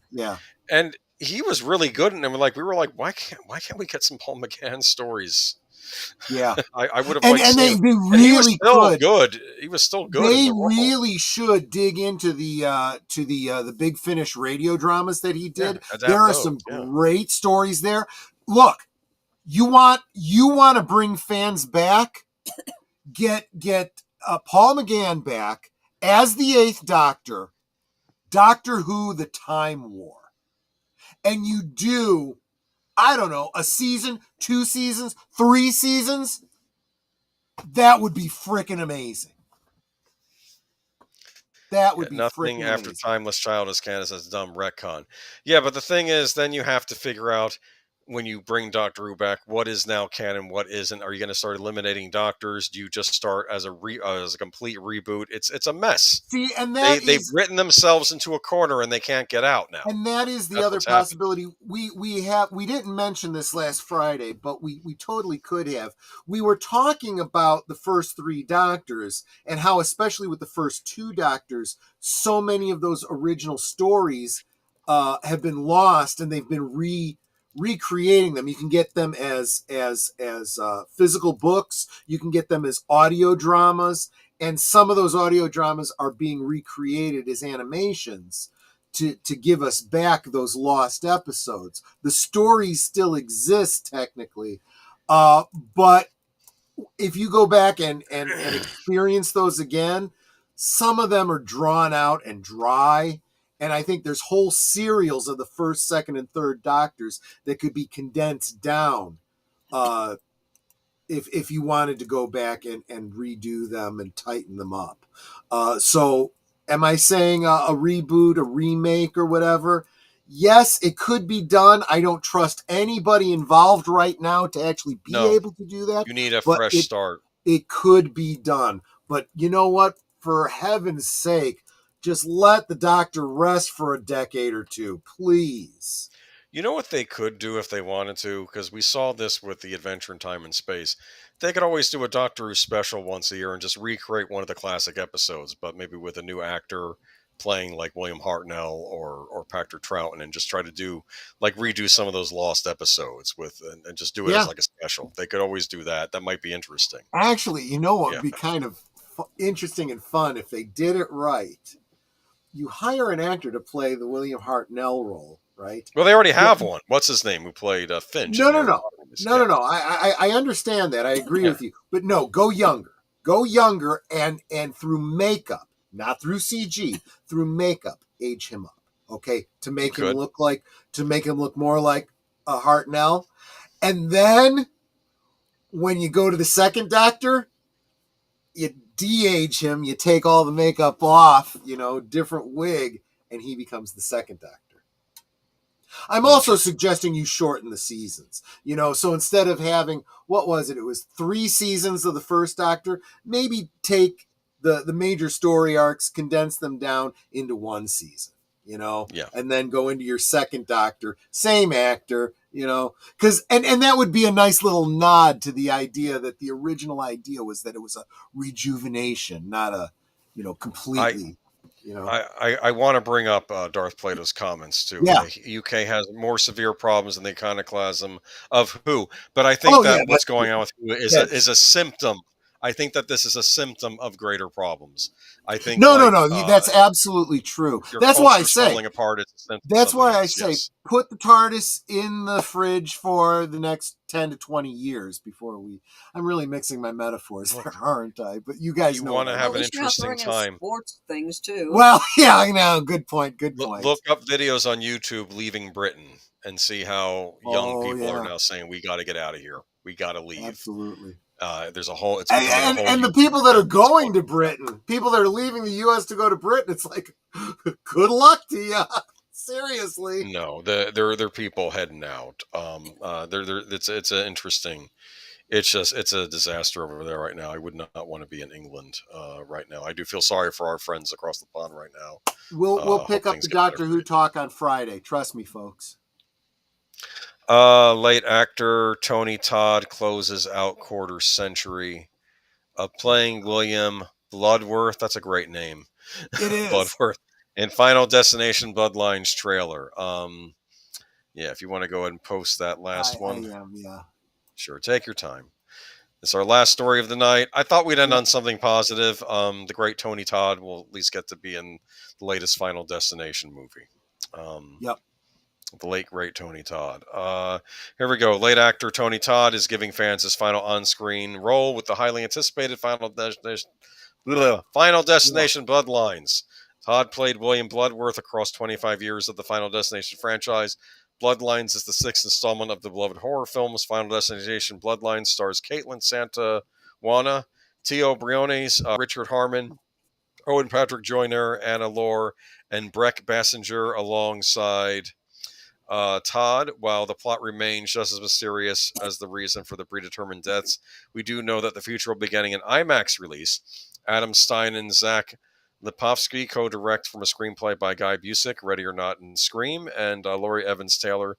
The story is by John Watts of Spider-Man No Way Home. Busick and Evans-Taylor. Final Destination Bloodlines is based on characters created by Jeffrey Reddick.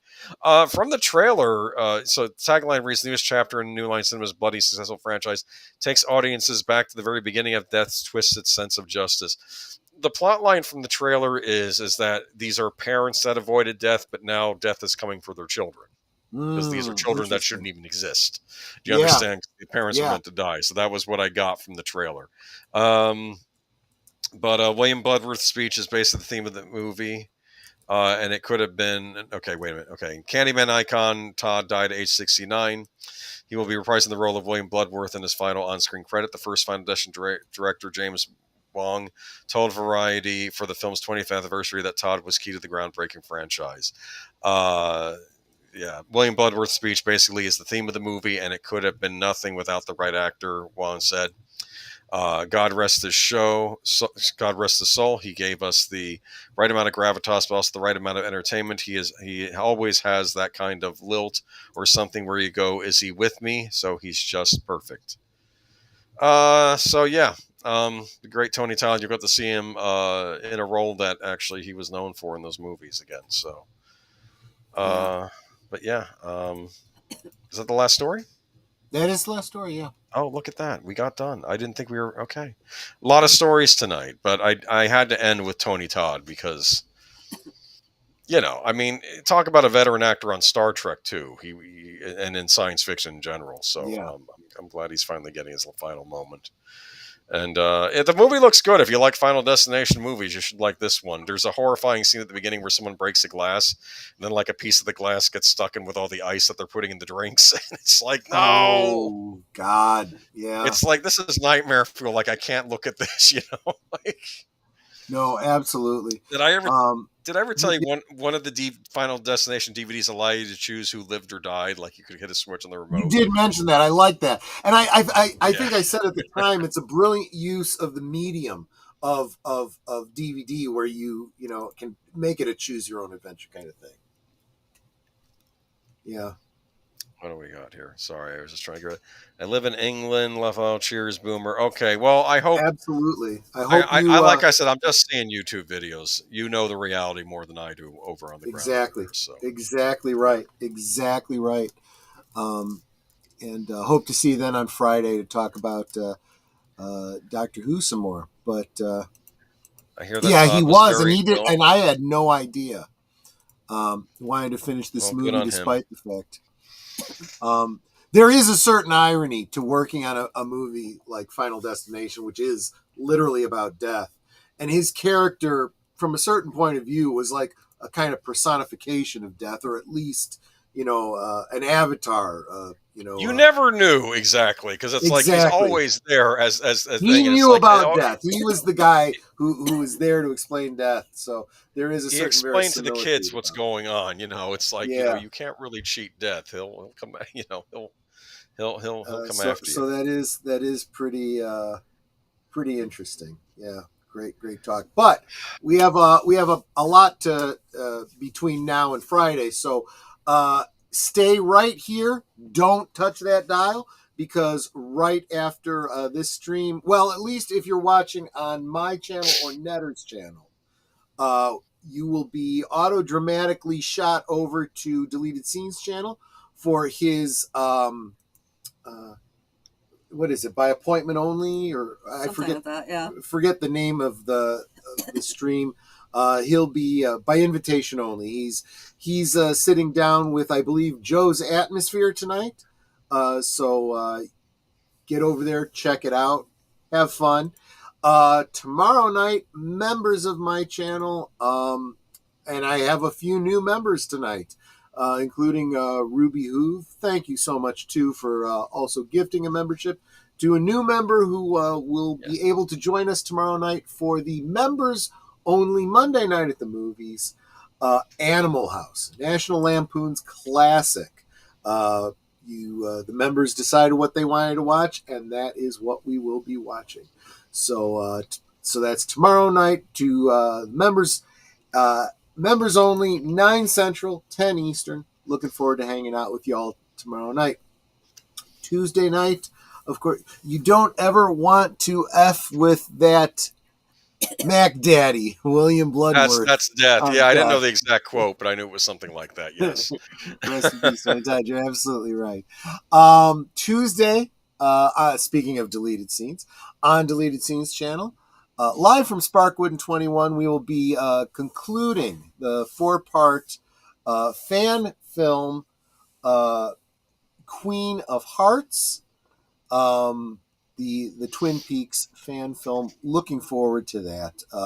We've all of us on the panel have been experiencing it together for the first time, and trying to share it with all of you. So join us for that on Tuesday night. Followed immediately thereafter on my channel for the next installment of Blake 7.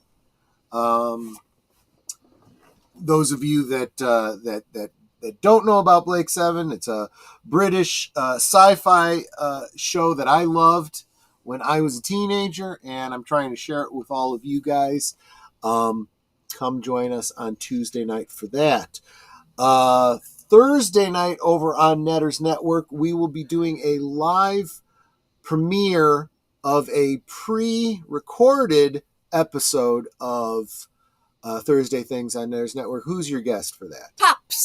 Pops is going to be joining us early in the evening to pre-record his interview that we will share with all of you at the regularly scheduled time. We will, of course, be there in the chat. So looking forward to seeing all of you on Thursday night, 9 Central, 10 Eastern on Netter's Network. Followed immediately thereafter by Deleted Scenes to tell you what his coming attractions are for the weekend. I'm sorry, it's called Reserved Seats.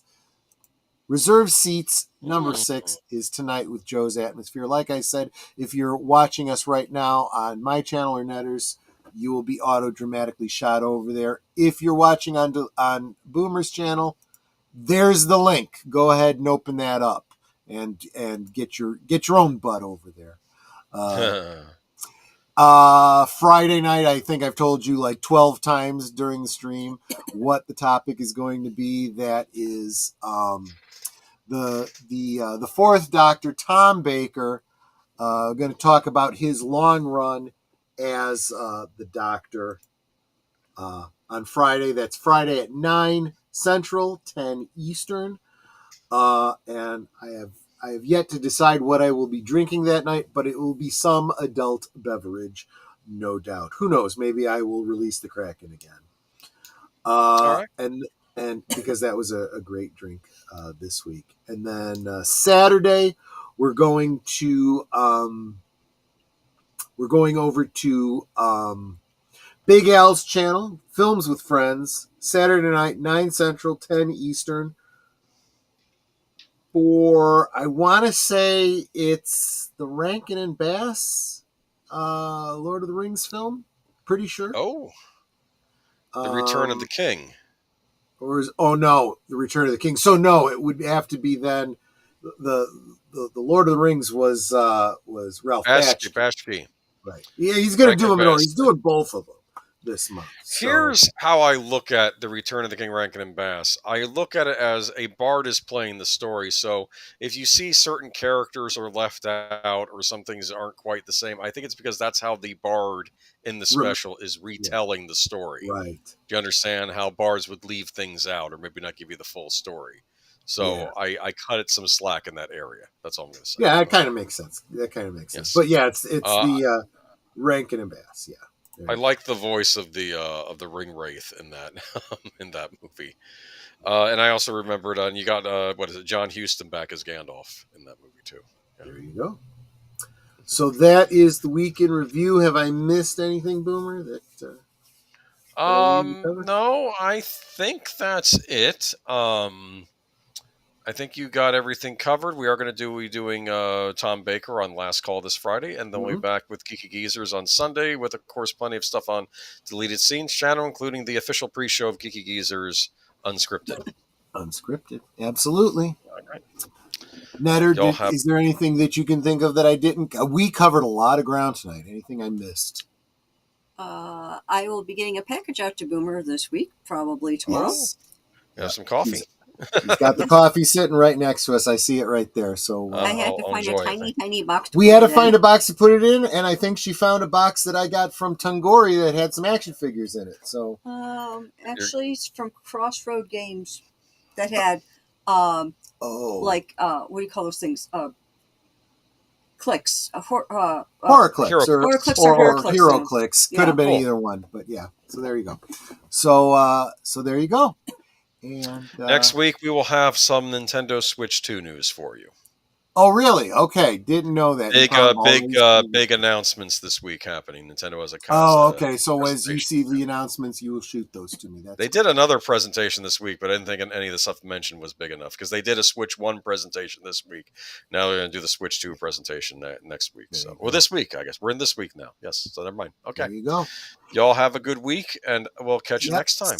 Stay where you're at.